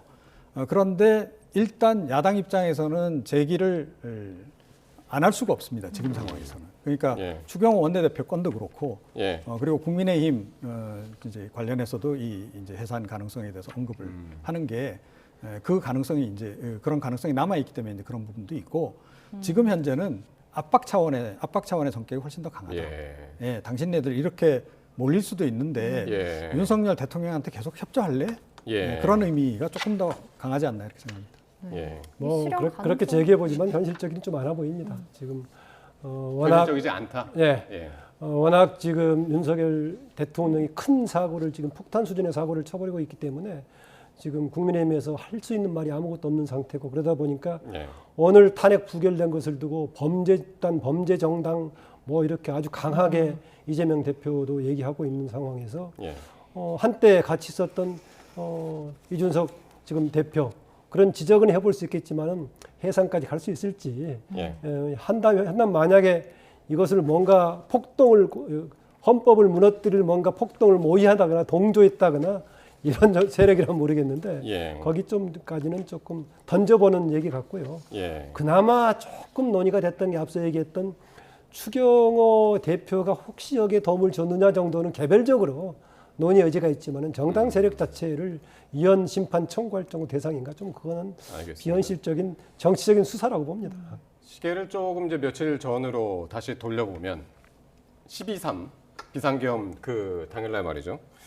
그날 관련해서 이상민 행정안전부 장관 오늘 얘긴데 이상민 행정안전부 장관에 대해서 두 번째 탄핵안 발의를 야당이 이제 했습니다. 다음 주에 이제 10일 날 표결을 한다는 방침인데 요건 어떻게 될까요, 결과가? 이거는 당연히 처리하겠죠. 그러니까 지금 민주당이 그동안에도 그랬듯이 이상민 장관 같은 경우에는 윤석열 대통령의 아주 최측근 가운데 한 명으로 지금 보고 있는 거 아니겠습니까? 그리고 또 뭐 고등학교 동창으로 엮여 있고 이번에 논란이 된 충암파 그 라인이기도 하고 또 이번 일이 있기 전에 이른바 충암파 내지는 이번 계엄과 관련한 사람들하고 뭐 식사를 했던 그런 의혹도 불거진 바가 있고 그래서 지금 민주당 쪽에서는 이상민 장관도 상당히 깊숙이 내용을 알고 있을 가능성이 높다라고 지금 이제 보고 있는 겁니다. 그리고 이제 그날 당일날 이제 행적을 보더라도 갑자기 일정을 조정해서 뭐 일찍 올라오고 뭐 그런 일들이 있었잖아요. 국무회의 계엄 발표 전에 그런 일들이 이제 있었고 또 전화 통화 뭐 했던 그런 그 의혹도 지금 제기가 되고 있어요. 이제 그렇기 때문에 이 건도 마찬가지인 거죠. 이제 의혹이 지금 일단 제기가 좀 어느 정도 있다라고 생각하면 민주당 입장에서는 일단 다 걸어놓고 보는 겁니다. 일단 두 가지가 동시에 다 진행이 되겠죠. 뭐 탄핵이야 일단은 장관 수준은 과반이면 되는 거니까요. 민주당으로서 그냥 관철이 되는 거고요. 전에는 이태원 참사 등을 책임을 물어가지고 탄핵했다가 헌재에서는 기각이 됐었죠. 그런데 이번은 이 사안 그대로 탄핵은 일단 진행이 되고 헌재로 넘어갈 것 같고요. 탄핵뿐만이 아니라 사법적인 책임도 지금 문제가 지금 이정원 박사 얘기했다시피 같이 동시에 진행이 될 소지가 있어 보입니다. 별개의 문제이기 때문에요. 형사 책임하고 탄핵하고 별개 책임이어서 같이 좀 되겠는데 이른바 핵심의 측근이라고 얘기했던 김영현 장관 전 장관이 돼버렸는데 두 사람 지금 이제 이상민 장관 두 사람인데 김영현 장관은 본인이 사퇴를 한 상황이고 또 사법적인 책임은 남아있는 겁니다. 지금 현직에 있기 때문에 이상민 장관 하고 있는데 만약에 사전에 알려졌던 본인도 사퇴를 할지 모르겠는데 이미 소추가 되어버린 상태에서는 움직일 수 없는 상황이 되니까 혹시 움직인다면은 그 조치가 나오기 전에 사퇴할지는 모르겠습니다. 자, 그런가 하면 지금 계엄 사태 이 관련해서 수사도 급물살을 타고 있는데요. 검찰, 경찰 그리고 공수처가 한꺼번에 수사에 나섰잖아요. 이건 좀 이례적인 일 아닌가요? 네, 이분들이 왜 이렇게 갑자기 부지런해지셨죠? 그래서 민주당도 상당히 의구심을 가지고 있고 특히 검찰이 이게 본래 자기들이 수사할 수 있는 사안이 아님에도 불구하고 적극적으로 나서는 것에 대해서 지금 굉장히 의심의 눈초리로 바라보고 있어요. 수사권 조정으로 인해서 원래는 못하게 됐죠. 네, 그런데 이제 이 직권남용 부분도 있으니까 예. 그거를 매개로 해서 일단 들어가서 뭐 이제 내란죄 부분도 인지가 되면 이제 함께 수사하겠다. 지금 그렇게 얘기를 하거든요. 예. 근본적인 그 흐름을 보게 되면 자기네가 결국 주도하겠다는 그림을 지금 그리고 있는 거예요. 그런데 민주당 입장에서는 지금 이 검찰총장 못 믿는 거 아닙니까? 결국은 뭐 이게 수사 마사지하고 이런 식으로 해서 윤석열 대통령에게 면죄부 주는 방향으로 이렇게 흐지부지 수사를 끝낼 가능성이 있다라고 좀 보는 거고요. 예. 그거와 동시에 지금 동시다발적으로 이제 수사가 진행되면 수사가 효율적으로 진행되기가 어렵겠죠. 예, 대상들은 동일한데 그렇지 않습니까? 관계된 사람들은 동일한데 뭐 여러 기관이 동시다발적으로 뭐 이 기관도 들어가서 압수수색하고 저쪽도 들어가서 압수수색하고 예, 그런 식으로 해가지고 과연 이게 수사가 제대로 진행이 되겠는가? 뭔가 교통 질서가 지금 필요한 그런 그 상황이다. 사실은 정부 차원에서라도 지금 그걸 해야 되는데 제가 보건대는 그거를 조정할 만한 지금 상황이 못 되는 거죠. 대통령실 자체가 지금 거의 기능이 중단이 돼 있으니까 컨트롤 타워가 지금 저지경이 됐기 때문에 그러니까 민주당은 이거 조정을 아마 시도를 좀 해볼 것 같고요. 네. 안 되면 결국은 특검으로 이제 가려 할 가능성이 높다 이렇게 생각합니다. 동시에 하고 있는 것 같은데요. 일단 지금 하고 있는 특별수사본부 차원으로 하는 것을 과연 용인할 수 있을지 좀 두고 볼 문제고요. 이미 던지기는 상설특검을 이용한다고 던지긴 했습니다. 그런데 상설특검은 구성에서 상당히 제약이 있기 때문에 더 광범하게 하려면은 아마 이제 본격적인 특검을 새로 특검법을 만들어서 하는 방향으로 갈 소지가 있어 보이긴 합니다. 대신에 만약에 이전처럼 그 특검법에 관해서 제의요구가 들어와서 거부권 행사에서 문제가 되는 방향으로 안 되게끔 이후에 대통령이 사실상 직무 배제한다고 하면은 한덕수 총리가 실제 역할을 한다면은 그럴 경우는 이 사안이 만약에 새로 특검법이 만들어졌을 때 과연 제의 요구를 할지 저는 한덕수 체제라면은 그대로 관철될 가능성이 있어 보이긴 합니다. 예. 근데 이 수사의 핵심은 사실 이 비상계엄과 관련해서 누가 최초 명령을 했냐. 이게 사실 그 내란죄에 있어서 가장 큰 핵심이잖아요. 그래서 관심 있게 지켜보는 게 국정원 1차장. 홍장훈 1차장이 정치인을 끌어내리라는 지시를 대통령으로부터 받았다. 근데 국정원장은 그런 바 없다라고 이제 의견이 엇갈린단 말이죠. 이 부분이 좀 핵심 같은데. 네, 그와 더불어서 예. 지금 이제 특전사령관도 이야기한 게 있죠. 예, 장관이 전화 걸어서 박안수 사령관. 회의장에 있는 의원들 끌어내라.